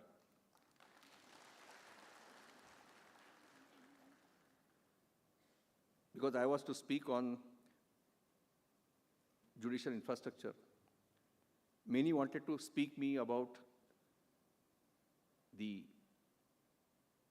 infrastructure which we provided in the city of Bangalore in the form of dedicated commercial courts near Kabban Park. So I said in the function that there is no doubt true that state of Karnataka has perhaps one of the best judicial infrastructures in the entire country, and far better than the state from which I come, Maharashtra.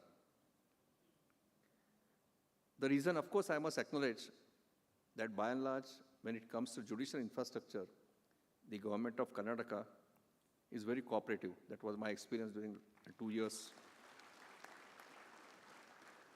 Normally, I am not known to compliment the governments, but I am doing it today. Not because Law Minister is present, but I have personally seen the infrastructure here. Why I'm discussing infrastructure is some reason for that. I'll come to that little later.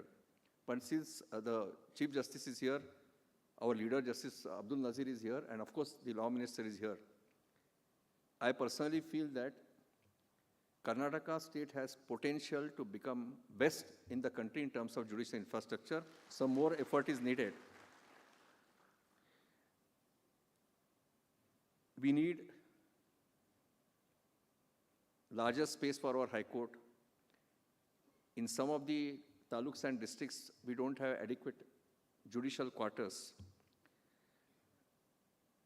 When I was the Chief Justice, I had put forward a demand for setting up International Arbitration Center in the city of Bengaluru.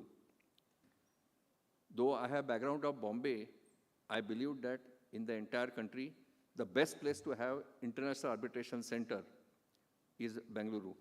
So I hope and trust, I was discussing with the Chief Justice, I hope and trust.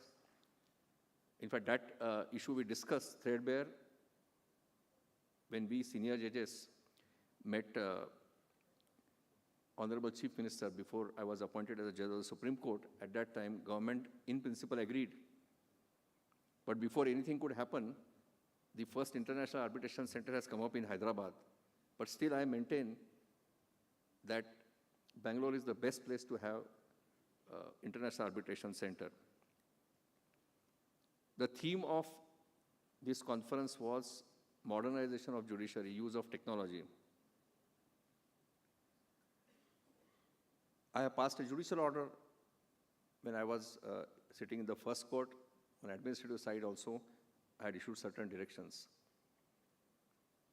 I can say one thing, that the hybrid model of functioning of the courts in High Court was perhaps the best model in the entire country.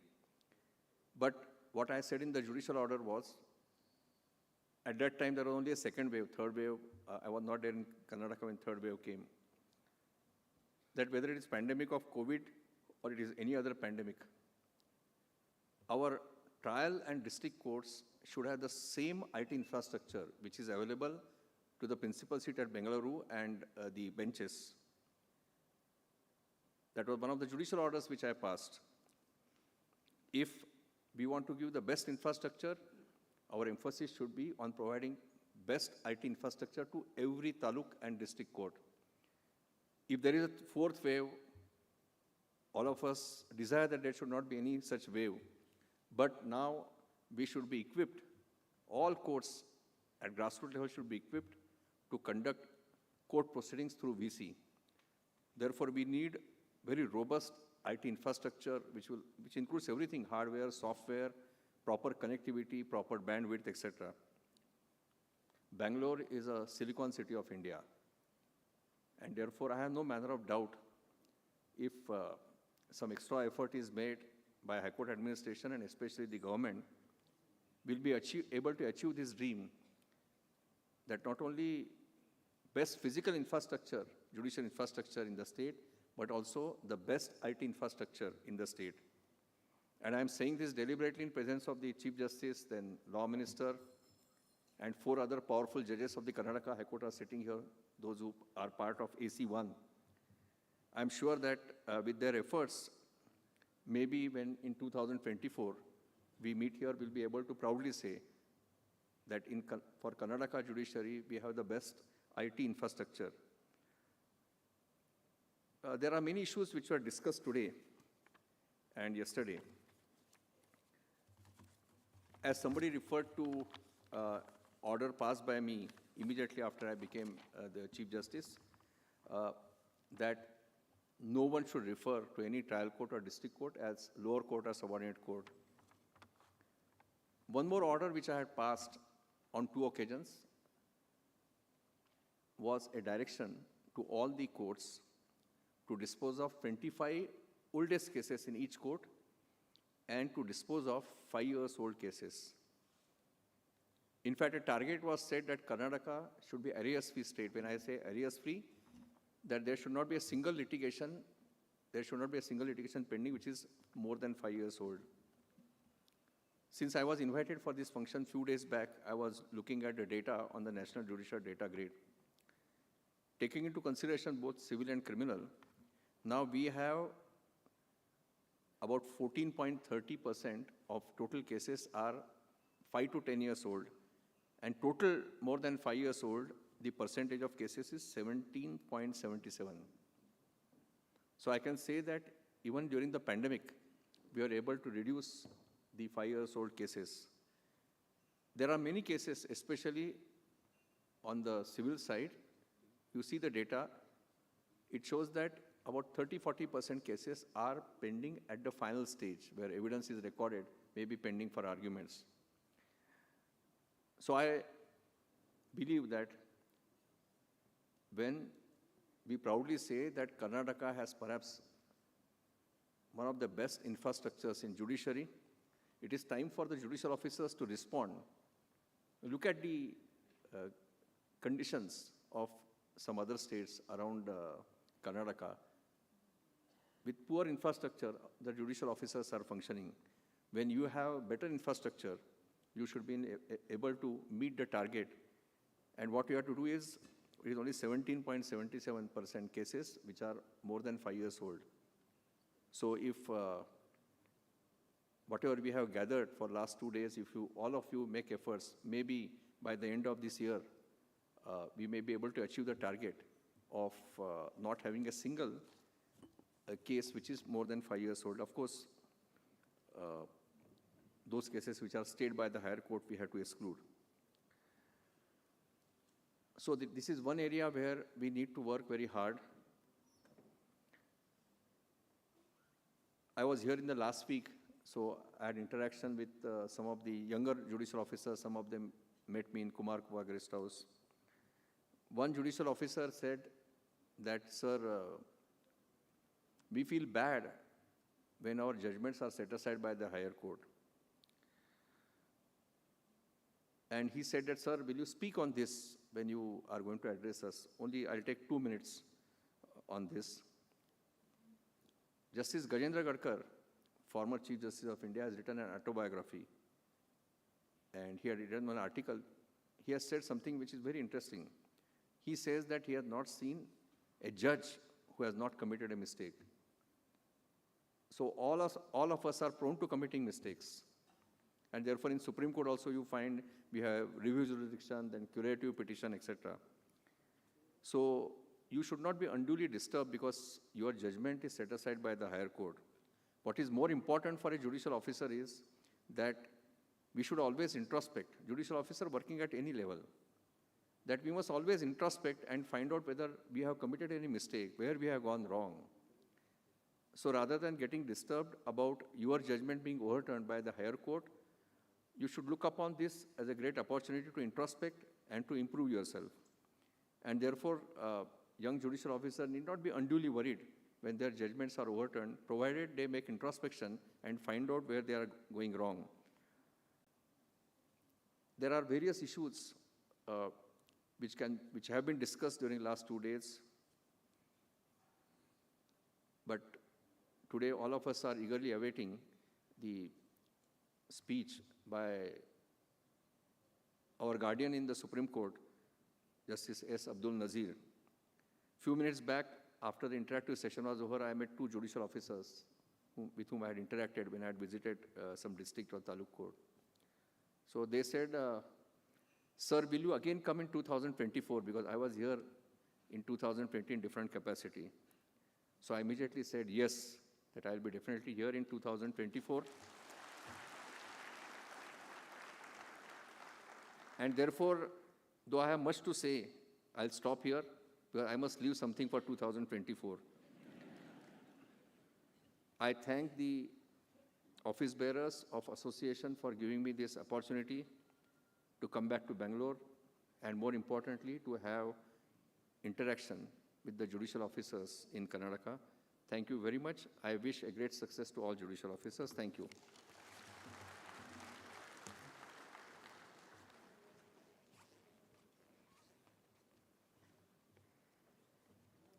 We sincerely thank Honorable Shri Justice Abhay Srinivas Vok for sharing his valuable thoughts with us. Thank you, sir.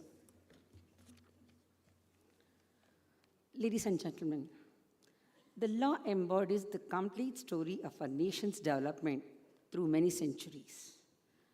New chapters are added every now and then, and one such person who has added value through his landmark judgments is Honorable Shri Justice S. Abdul Nazir, Judge, Supreme Court of India.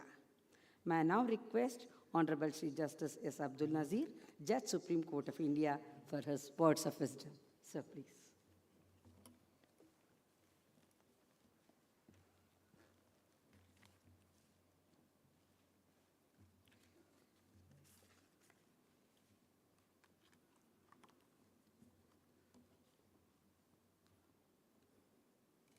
Honorable Mr. Justice Abhay S. Oak, Judge, Supreme Court of India. Honorable Shri Justice Rituraj Avasthi, Chief Justice, High Court of Karnataka. Honorable Justice Ravi Malimat, Chief Justice, High Court of Madhya Pradesh. Shri J.C. Madhuswamy, Honorable Minister for Irrigation Law and Parliamentary Affairs and Legislation. Honorable Judges of the High Court of Karnataka. Shri Mallan Gowda, President of the Karnataka Judicial Officers Association.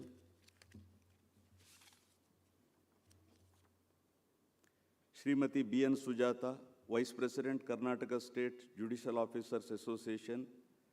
Shri Jayaprakash D.R., General Secretary, Karnataka State Judicial Officers Association.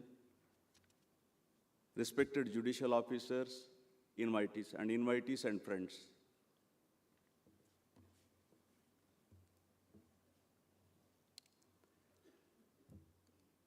ಇವತ್ತು ಈ ಕಾನ್ಫರೆನ್ಸ್ನ ಎರಡನೇ ದಿವಸ, ಅಂದರೆ ಕೊನೆಯ ದಿವಸ.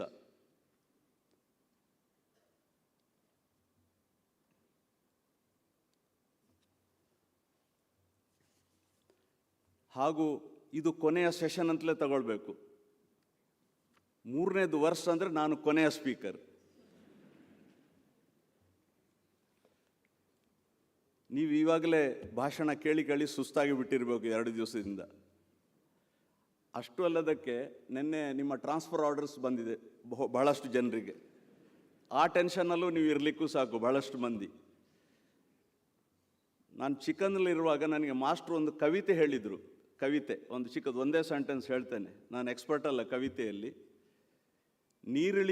ನೀರಿಳಿಯದ ಗಂಟಲೋಳ್ ಕಡುಬು ತುರುಕಿದಂತೆ.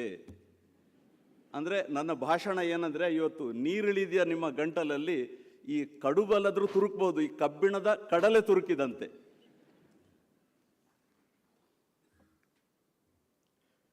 But today, Honorable Justice Oak was very positive in his speech.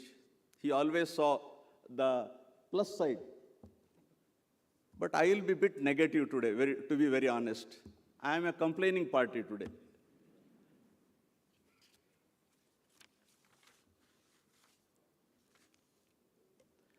We have gathered here for the valedictory function of the 20th Biennial State Level Conference of Judicial Officers organized by Karnataka State Judicial Officers Association, Bangalore.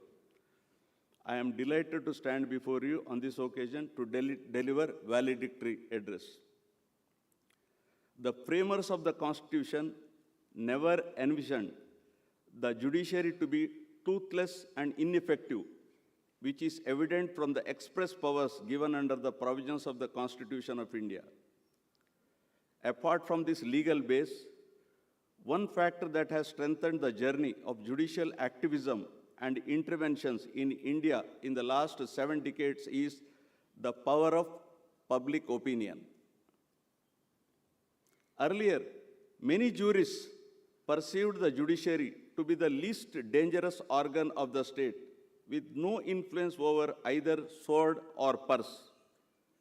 This perception extended to thinking of judiciary as a non-productive organ.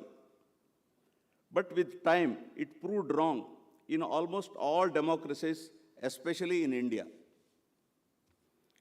The inference of an individual regarding judicial intervention being a boon or bane depends on the perspective in which one looks at it. Do you see it as something in opposition to executive, or do you see it as a fundamental duty of the court under the Constitution? Some regard judicial activism as a misnomer, as actions of judiciary are considered dharma under the Constitution of India. This is because the judiciary plays a pivotal role of being the guardian of our Constitution. As judges, we must ensure that the text of our Constitution translates into reality for our people. To fulfill this aspiration, we must devote efforts to protecting the autonomy of our judiciary, which is a pivotal for a democracy. One gray area that continues to scar our justice delivery system is failure to deliver justice expeditiously. Approximately 4.5 crore cases are pending in the courts in India. 4.5 crores of cases. Cases that have been in courts for more than 30 years saw a 60% rise during the COVID-19 period. These account for 1,05,650 cases as of January 2021. In 2018, the Niti Aayog published a strategy paper where it observed that it would take more than 324 years to dispose of the backlog of cases, considering the rate of disposal of cases in our courts. The district and subordinate courts account for over 85% of the pendency of cases in India. Therefore, the judicial officers in these courts have a greater onus upon themselves to ensure that these courts become more responsive to litigants, as undue delay may tend to shake the confidence of the ordinary person in our country's justice system. We must constantly remind ourselves, actually I quoted this passage last Saturday. We must constantly remind ourselves that justice must be done before the memory of illegality fades. Justice must be done before the memory of illegality fades. The delay problem is not a new one. It is as old as the law itself. Besides, no one expects a case to be decided overnight. However, the difficulty arises when actual time taken for disposal of case far exceeds its expected lifespan. On the other day, a case was being argued. You know that Vinita Sharma's case before us. The lawyer, senior counsel, I was a part of the Constitution bench, a 3-judge bench, who decided the amendment, 2005 amendment, if I am right. Then he said, my lord, Vinita Sharma case was back before us. He was telling me, my lord, I was the spearhead in that case. The whole country got the benefit, but my client's case is yet to be decided. What was the problem? A review was filed, and the review is still pending. Review against Vinita Sharma's case. Then I told him, see, like a human being has a destiny. Ultimately destiny. Of course, it is very often said, don't wait for the destiny, but create your own destiny. It hardly happens. So I told the learned advocate, senior advocate, like a human being who has the destiny, that in India, in our country, even the case has its own destiny. Sorry, my throat is not working properly. I will take some water.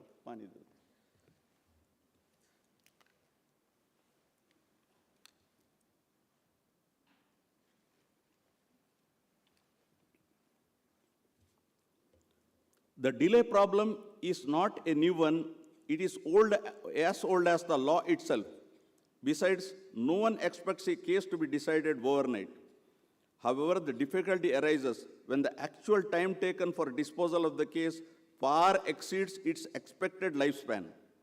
This is when we term it as delay in dispensation of justice.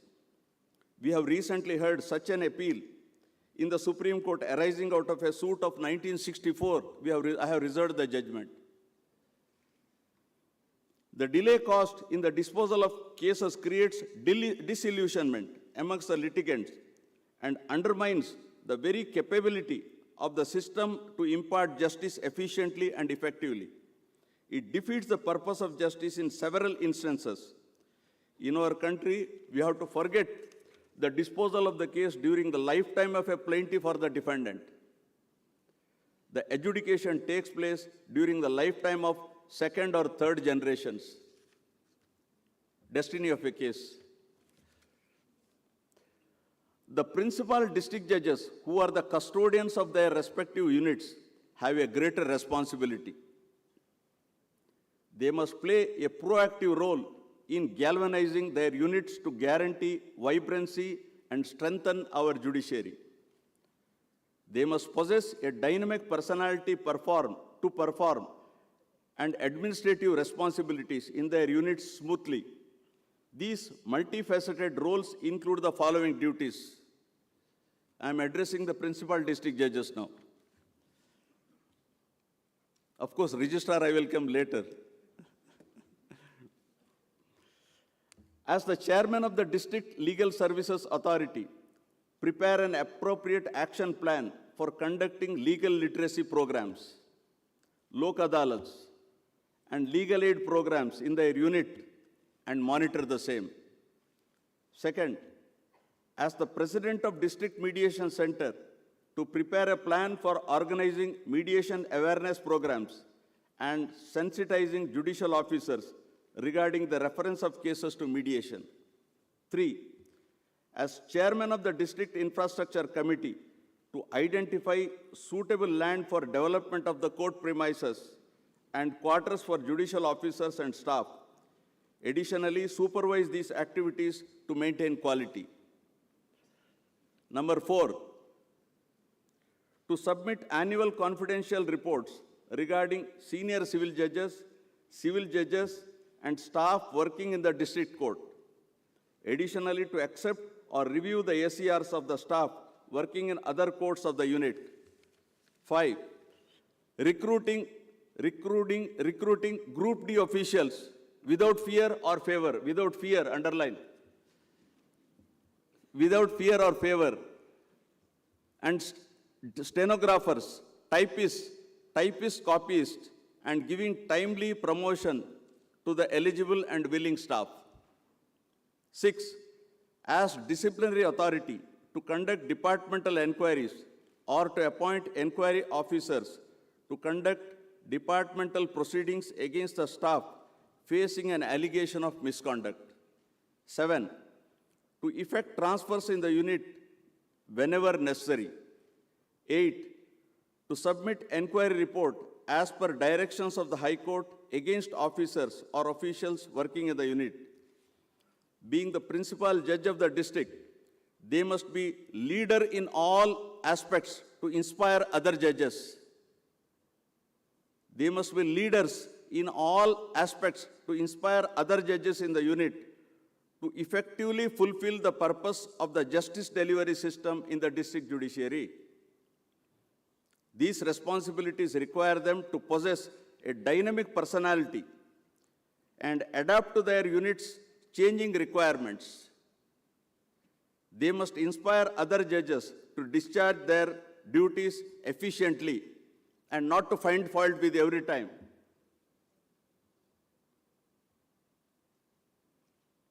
I may be a bit harsh.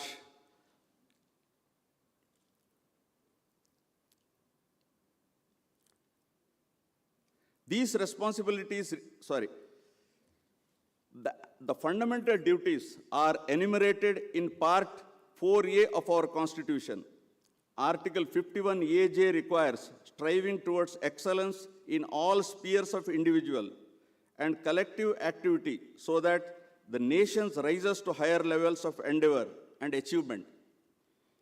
The members of district judiciary are expected to be the agents in providing qualitative, responsive, and timely justice. Thus, they constitute a critical component of justice delivery system and are called upon to play a crucial yet difficult roles. This is elaborated in the words of David Panic, I quote, "Judges do not have an easy job. Judges do not have an easy job. They repeatedly do what the rest of us seek to avoid, that is, make decisions," unquote. Apart from regular judicial work, judicial officers are also called upon to play a whole range of roles, including arbiter, mediator, counselor, etc.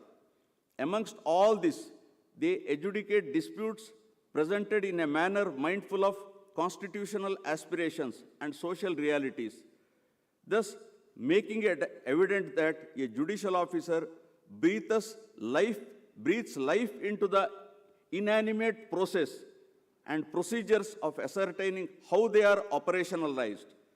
Therefore, any discussion concerning reforming judicial process must focus on judicial officers as it would directly impact the judicial process.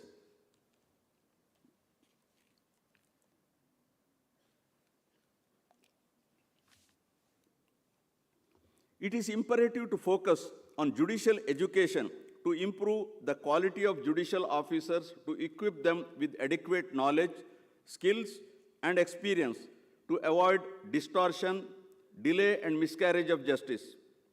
We must remember that education is a much more significant concept than mere training. It is essential as judicial officers are expected to deal with variety of cases like those filed under the provisions of the Prevention of Corruption Act, NDPS Act, Prevention of Money Laundering Act, Commercial Courts Act, Arbitration and Conciliation Act, Prevention of Atrocities and Scheduled Caste, Scheduled Tribes, etc., etc. It would enhance the competency of the judiciary to perform its duties by enabling mastery of legal knowledge, development of professional skills, acquisition of judicial disposition, which would improve the efficacy of judicial performance by enhancing professional competence. Judicial education introduces additional focus areas of improved service delivery, acquisition of knowledge in human and social sciences, generating a deep understanding of socio-economic context, greater social accountability, and diverse institutional capacity building. Allowing the judiciary to evolve as an institution effectively, discharge its constitutional roles, and secure judicial independence. Prominent issues that concern judicial officers in discharging their duties have already been addressed by the Supreme Court in All India Judges case. It's a 1992 judgment, which was based on the recommendations of Justice K. Jagannath Shetty Commission. I believe that the issues that remain unaddressed by the first National Judicial Pay Commission has already been addressed by the second National Judicial Pay Commission headed by Justice P.V. Reddy.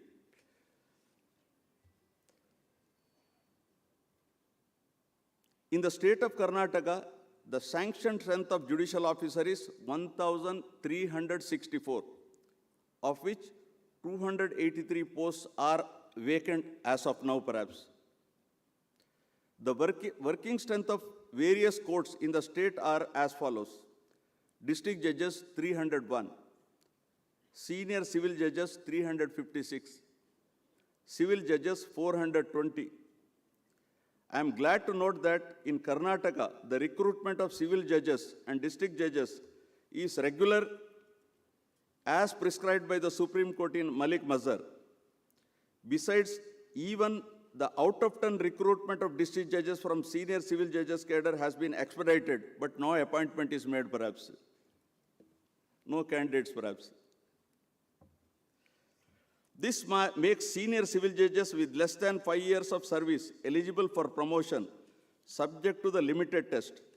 Civil judges opportunity to be appointed as High Court judges if they are found to be sincere and hardworking throughout their tenure. We have examples of judicial officers who were earlier appointed as munsifs being elevated as judges of the High Court. It is necessary to remind ourselves that the candidate's suitability is paramount when appointments are made to constitutional courts. Considering the pendency of the cases, the sanctioned and the functional strength of judges, I am optimistic that in the coming days, the district judiciary in Karnataka can become a role model to other states. I am confident that the learned judicial officers will take a conscious decision to that effect and ensure the virtues enshrined in our Constitution are upheld. Then the last and the most important aspect. This is the complaining portion, sir. I want to share my opinion about the norms fixed by the High Court for the disposal of the cases by each judicial officer.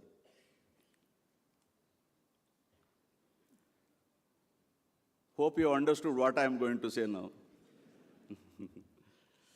It has been brought to my attention that circular number 4/2020, dated 19th April 2021, issued by the High Court, speaks about the quantum of cases each judicial officer must dispose of to reach a minimum quota every month. The registrar had addressed a letter dated 7th February 2022 to all the principal district judges to draw their attention to the misinterpretation of the earlier circular by some judicial officers. As a result, even considering the cases and ex parte judgments have been considered contest cases, I have also been apprised that some judicial officers have deemed even consent petitions under Section 13B of the Hindu Marriage Act as contested matters. I firmly discourage such practices as they will harm the credibility of such officers. Now the most important thing, because I always thought High Court is like tauru mane. Judicial officers ಗೆ High Court andre ಹೇಗಿರಬೇಕು, tauru mane, ಅವರ ತಾಯಿ ಮನೆಗೆ ಬಂದ ಹಾಗೆ ಇರಬೇಕು. That should be the approach of the High Court. And I am stressing this point because senior judges, Justice Alok Arade is here, Chief Justice of Karnataka High Court is here, Justice Veerappa is here, Justice Narendra, I don't know whether he is here. I think you must take serious note of what I am going to say. The High Court must ensure that the constant revision of norms should not be demanding on committed judicial officers.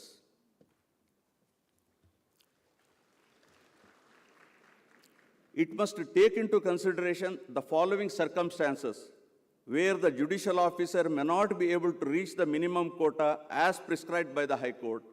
First, highly contested suits with several accused persons represented by multiple lawyers. Commercial lawsuits involve a series of complicated questions of law and deal with lengthy award. Cases regarding disproportionate assets, because they are time consuming.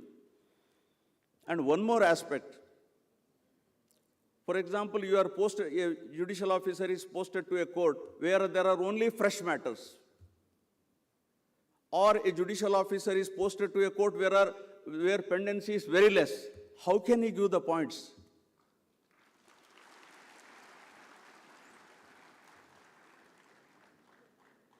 That is why Supreme Court generally, doesn't like these remand orders. Supreme Court does not like, therefore very often we deprecate the practice of remand orders, Supreme Court. But if you impose in this fashion, an appellate court, what does it do? He will remand the matters without giving any reasons. What option he has? But I want to tell you, you should also be very responsible. You should not remand a case for the sake of remanding. ಮೈಗಳತನ ಯಾರು ಮಾಡಬಾರ್ದು.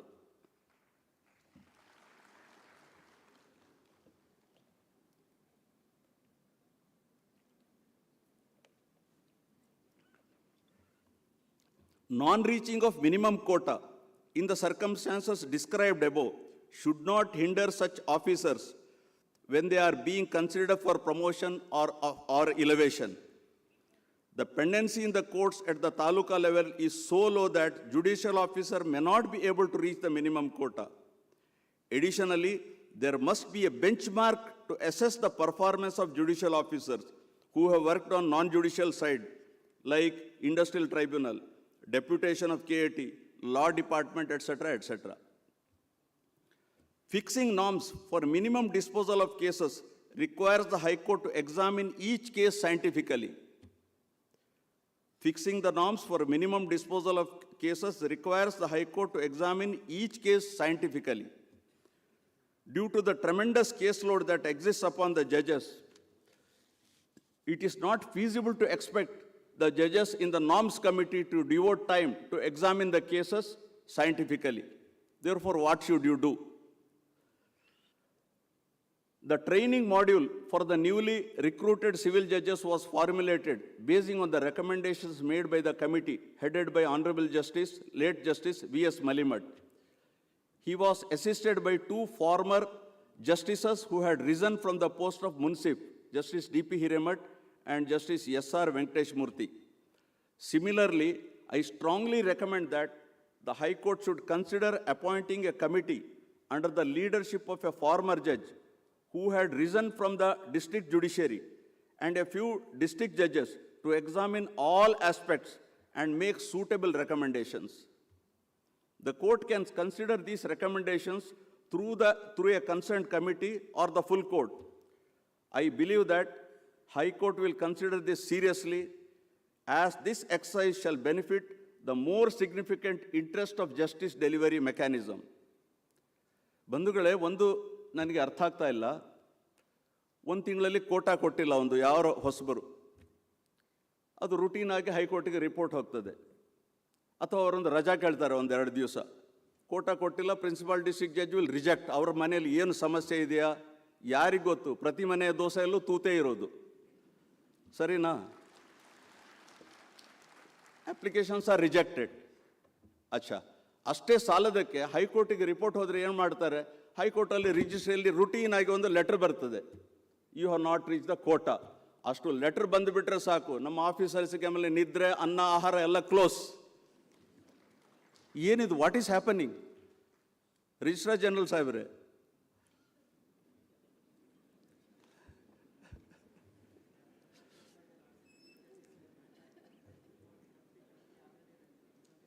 that's all right. Why do you routinely issue these warrants? ಅಲ್ಲ sir, ನೀವೇನು routine ಆಗಿದ್ದವ್ರು clerk ಹೈಕೋರ್ಟಲ್ಲಿ issue ಮಾಡಿ ಬಿಡ್ತಾರೆ, ಆಮೇಲೆ ಅವರಿಗೆ ಬಿ ಪಿ ಇಲ್ಲದವರಿಗೂ ಬಿ ಪಿ ಬರ್ತದೆ, ಶುಗರ್ ಇಲ್ಲದವರಿಗೂ ಶುಗರ್ ಬಂದು ಬಿಡ್ತದೆ. There must be some scientific approach for all these things. And ಯಾಕೆ ರಜಾ ರಿಜೆಕ್ಟ್ ಮಾಡ್ತೀರಾ? I am asking P D Js. ಅವ್ರ ಮನೆಯಲ್ಲಿ ಏನು ಕಷ್ಟ ಇದೆ ಯಾರಿಗೆ ಗೊತ್ತು?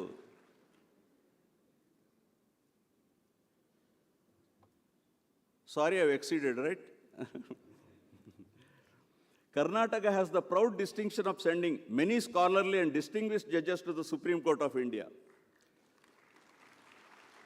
Through their erudition, expertise, and professional performance, they have made truly noteworthy and valuable contributions to the development of the law and justice in India.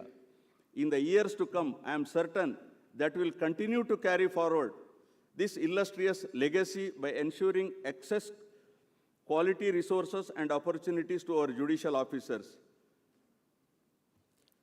I want to commend the excellent job undertaken over the years by the Karnataka State Judicial Officers Association and wish it continued success in all its endeavors. I thank Sri Mallan Gowda and all the organizers for having me here to share my thoughts with you. Thank you very much.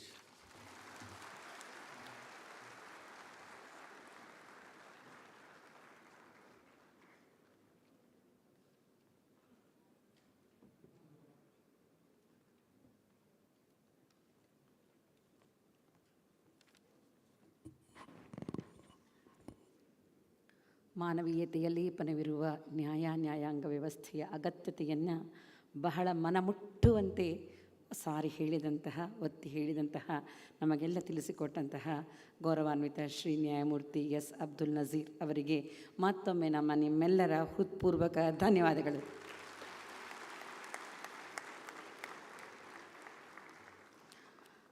ಆತ್ಮೀಯರೇ, ಕಾರ್ಯಕ್ರಮದ ಕಡೆಯ ಹಂತಕ್ಕೆ ನಾವು ಕಾಲಿರಿಸ್ತಾ ಇದ್ದೇವೆ. Before we proceed to the next item of the day, the association wants to extend its thanks to those who have worked for the successful conference. May I request Sri Srinidhi and Preetham event managers, having set up arrangement in a decent and attractive manner, I request the President of the association to honor them.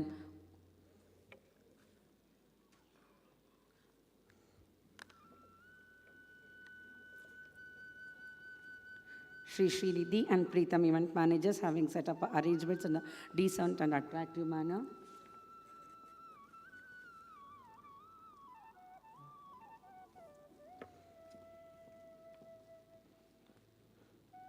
ಯಶಸ್ವಿ ಸಮ್ಮೇಳನಕ್ಕೆ ಸಹಕರಿಸಿದಂತಹ ತೆರೆಯ ಹಿಂದೆ we request Honorable Shri Justice S. Abdul Nazir, Judge Supreme Court of India, to do the honors to these people who have worked behind the scenes, behind the screen for the successful conference.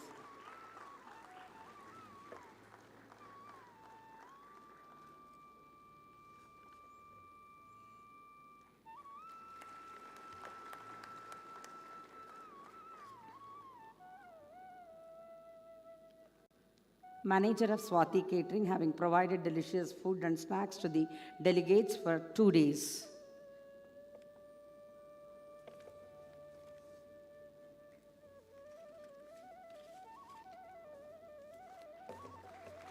ರುಚಿಕರವಾದ ಸ್ವಾದಿಷ್ಟ ಭೋಜನವನ್ನು ಉಣಬಡಿಸಿದಂತಹ Swati ಕೇಟ್ರಿಂಗ್ನ manager ಇದೀಗ ನಮ್ಮೊಂದಿಗೆ ವೇದಿಕೆಯಲ್ಲಿ.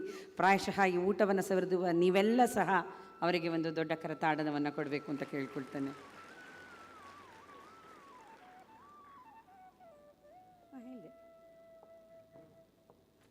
Swati ಕೇಟ್ರಿಂಗ್ನ manager ದಯಮಾಡಿ.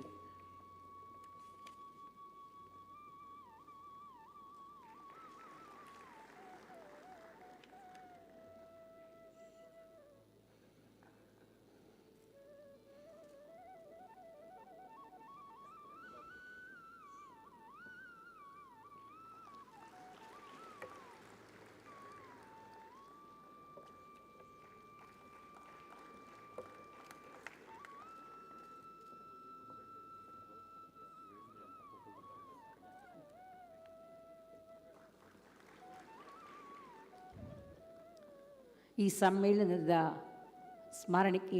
ಸಮ್ಮೇಳನದ ಸ್ಮರಣೆಯನ್ನು ಸದಾ ಹಸಿರಾಗಿಸ್ತಕ್ಕಂತಹ ಛಾಯಾಚಿತ್ರದ ಹೊಣೆಯನ್ನು ಹೊತ್ತಂತಹ photographer Velu, who made this moment memorable.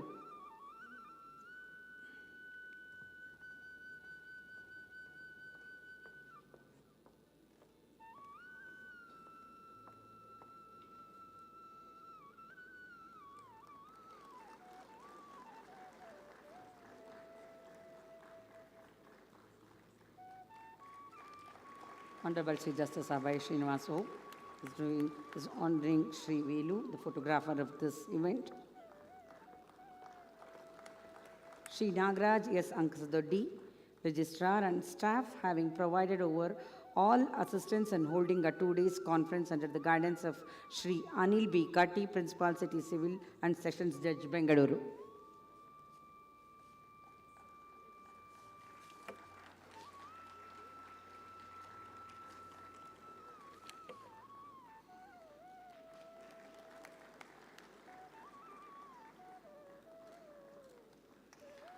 the estate officer of GKVK University of Agriculture, having provided well-equipped convention hall for holding the successful conference, along with and providing the parking space also.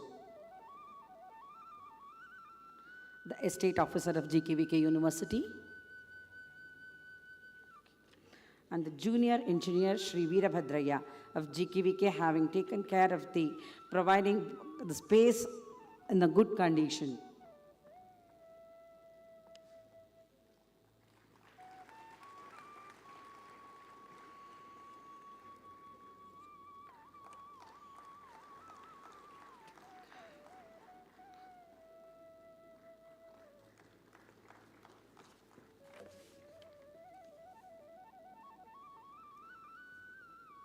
Thank you, sir. Thank you for honoring these people who have worked behind the screen. So now it is not the end, ladies and gentlemen. It is only the beginning. It is the beginning of a new era. It is the beginning of a new dream. It is the onset of a new hope. With the hope and this eternal journey towards perfection, we shall meet again. I request Sri Jayaprakash DR, Secretary of the Association, to propose vote of thanks.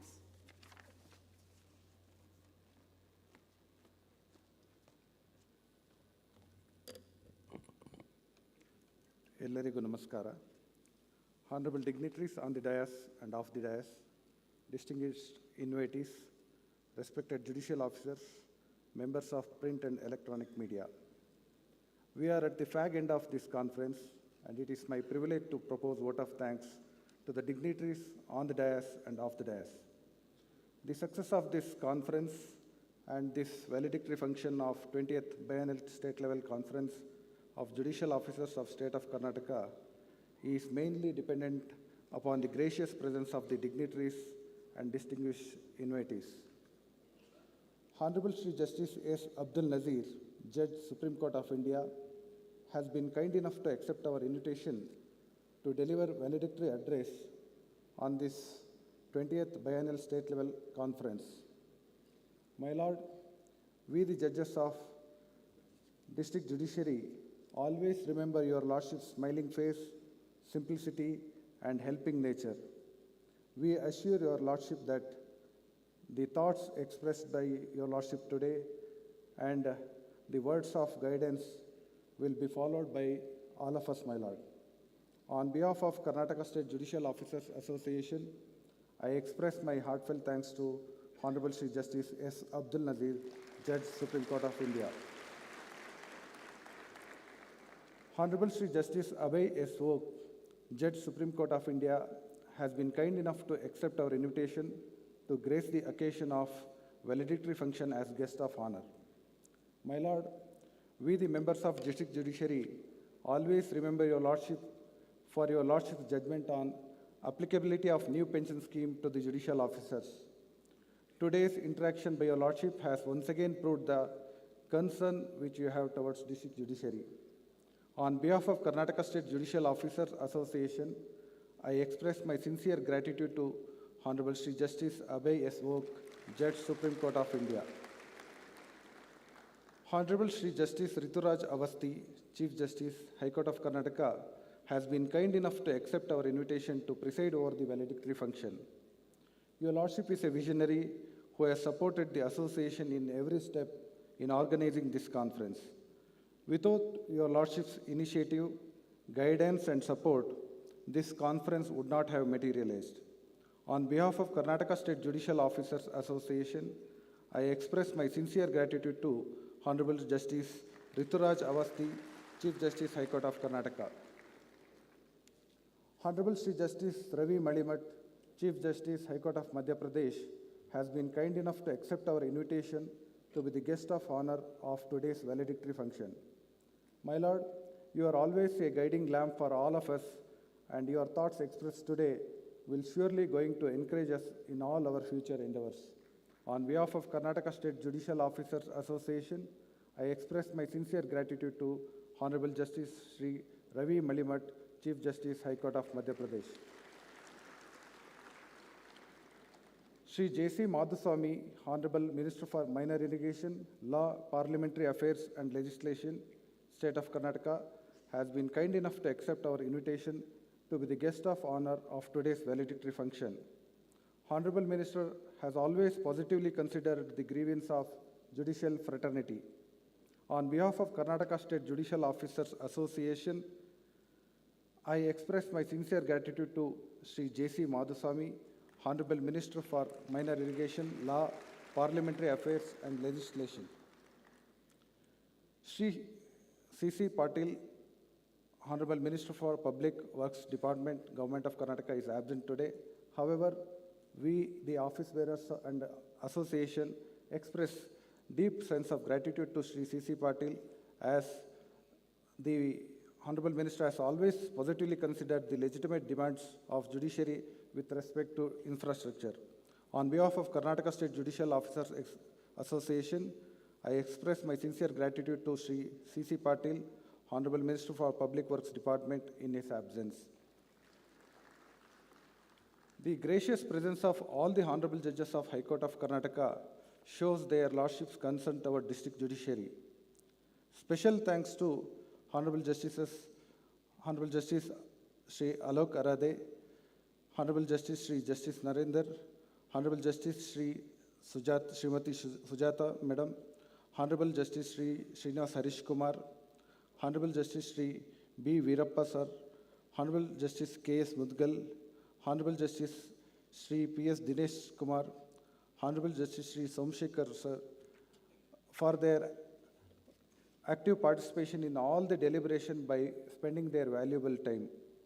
On behalf of Association, I extend my sincere gratitude to all the Honorable sitting judges of Honorable High Court of Karnataka for their support and guidance to conduct this conference. Our association is immensely grateful to Honorable Registrar General and all the Honorable Registrars of High Court of Karnataka for guiding us in conducting this conference. On behalf of office bearers of the association, I express my heartfelt thanks to Honorable Registrar General Shri T.G. Shivshankara Gowda and all the Honorable Registrars of Karnataka High Court. On behalf of association and on behalf of all the delegates, I extend a deep sense of gratitude to Shri Mallan Gowda, President of our association, who has taken lead in organizing this function. On behalf of association, I express deep sense of gratitude to all the former judges of district judiciary and all the honorable principal district judges and unit heads and all the senior judges and all the delegates who are present in today's function. I also express my sincere thanks to officials of Finance Department, Revenue Department, Police Department, Health Department, Vice Chancellor and authorities of GKVK, and staff members of High Court, and Registrar Sri Nagaraj Ankasdodi and all staff members of City Civil Court who have assisted us in organizing this conference.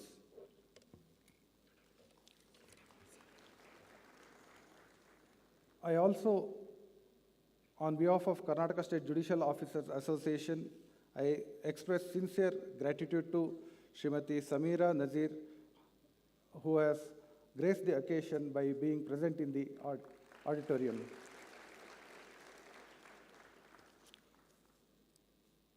I also express my sincere gratitude to Sri Shankar Prakash, who has conducted the anchoring in the first inaugural session, and Srimati Veena Sharma, the anchor and news reader of Doordarshan, for being present in this function and conducting the anchoring program. Thanks to all those who have directly and indirectly helped us in organizing this function. And at the end, I wish all the delegates a happy and safe return journey to their places, and hope to meet you in the second 21st Biennial Conference. And we will be ending the session by honoring the anchor, Srimati Veena Sharma, by Honorable Justice, Shri Justice Ravi Malimat.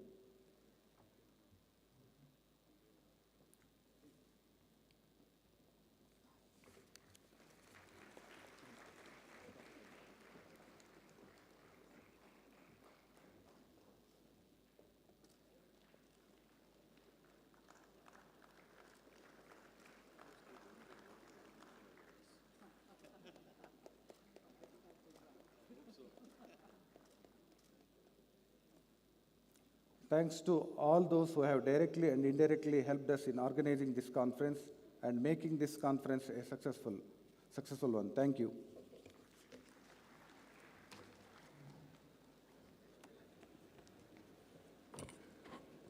Thank you, Sir Jai Prakash, and we shall conclude the conference with the national anthem, after which I request the dignitaries to kindly oblige for a photograph with the office bearers after the national anthem.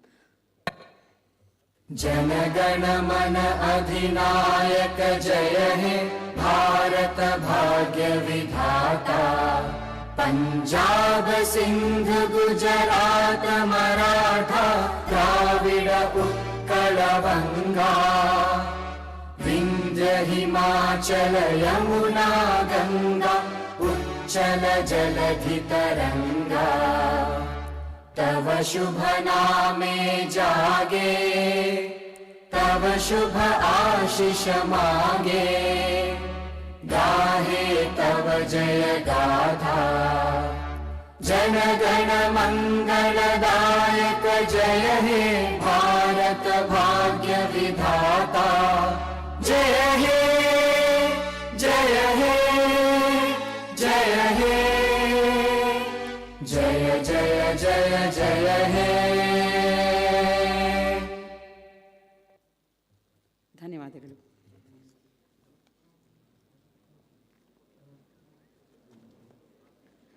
ದಯವಿಟ್ಟು ಗಣ್ಯರು ವೇದಿಕೆಯಿಂದ ನಿರ್ಗಮಿಸುವವರೆಗೆ, ಸಭಾಂಗಣದಿಂದ ನಿರ್ಗಮಿಸುವವರೆಗೆ ಎಲ್ಲ ಪ್ರತಿನಿಧಿಗಳು ಕೂಡ ಆಸನದಲ್ಲಿ ಇರಬೇಕು. ದಯಮಾಡಿ 2 ನಿಮಿಷಗಳ ಕಾಲ.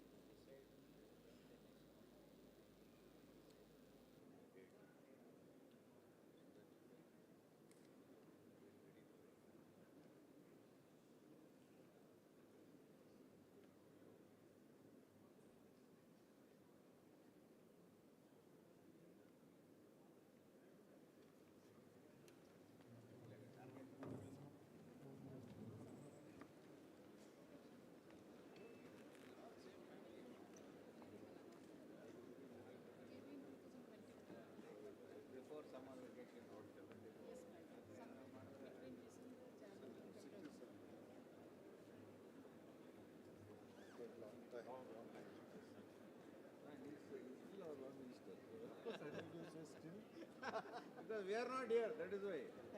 Pressing that word means something else. We are not here, that is why. You are here.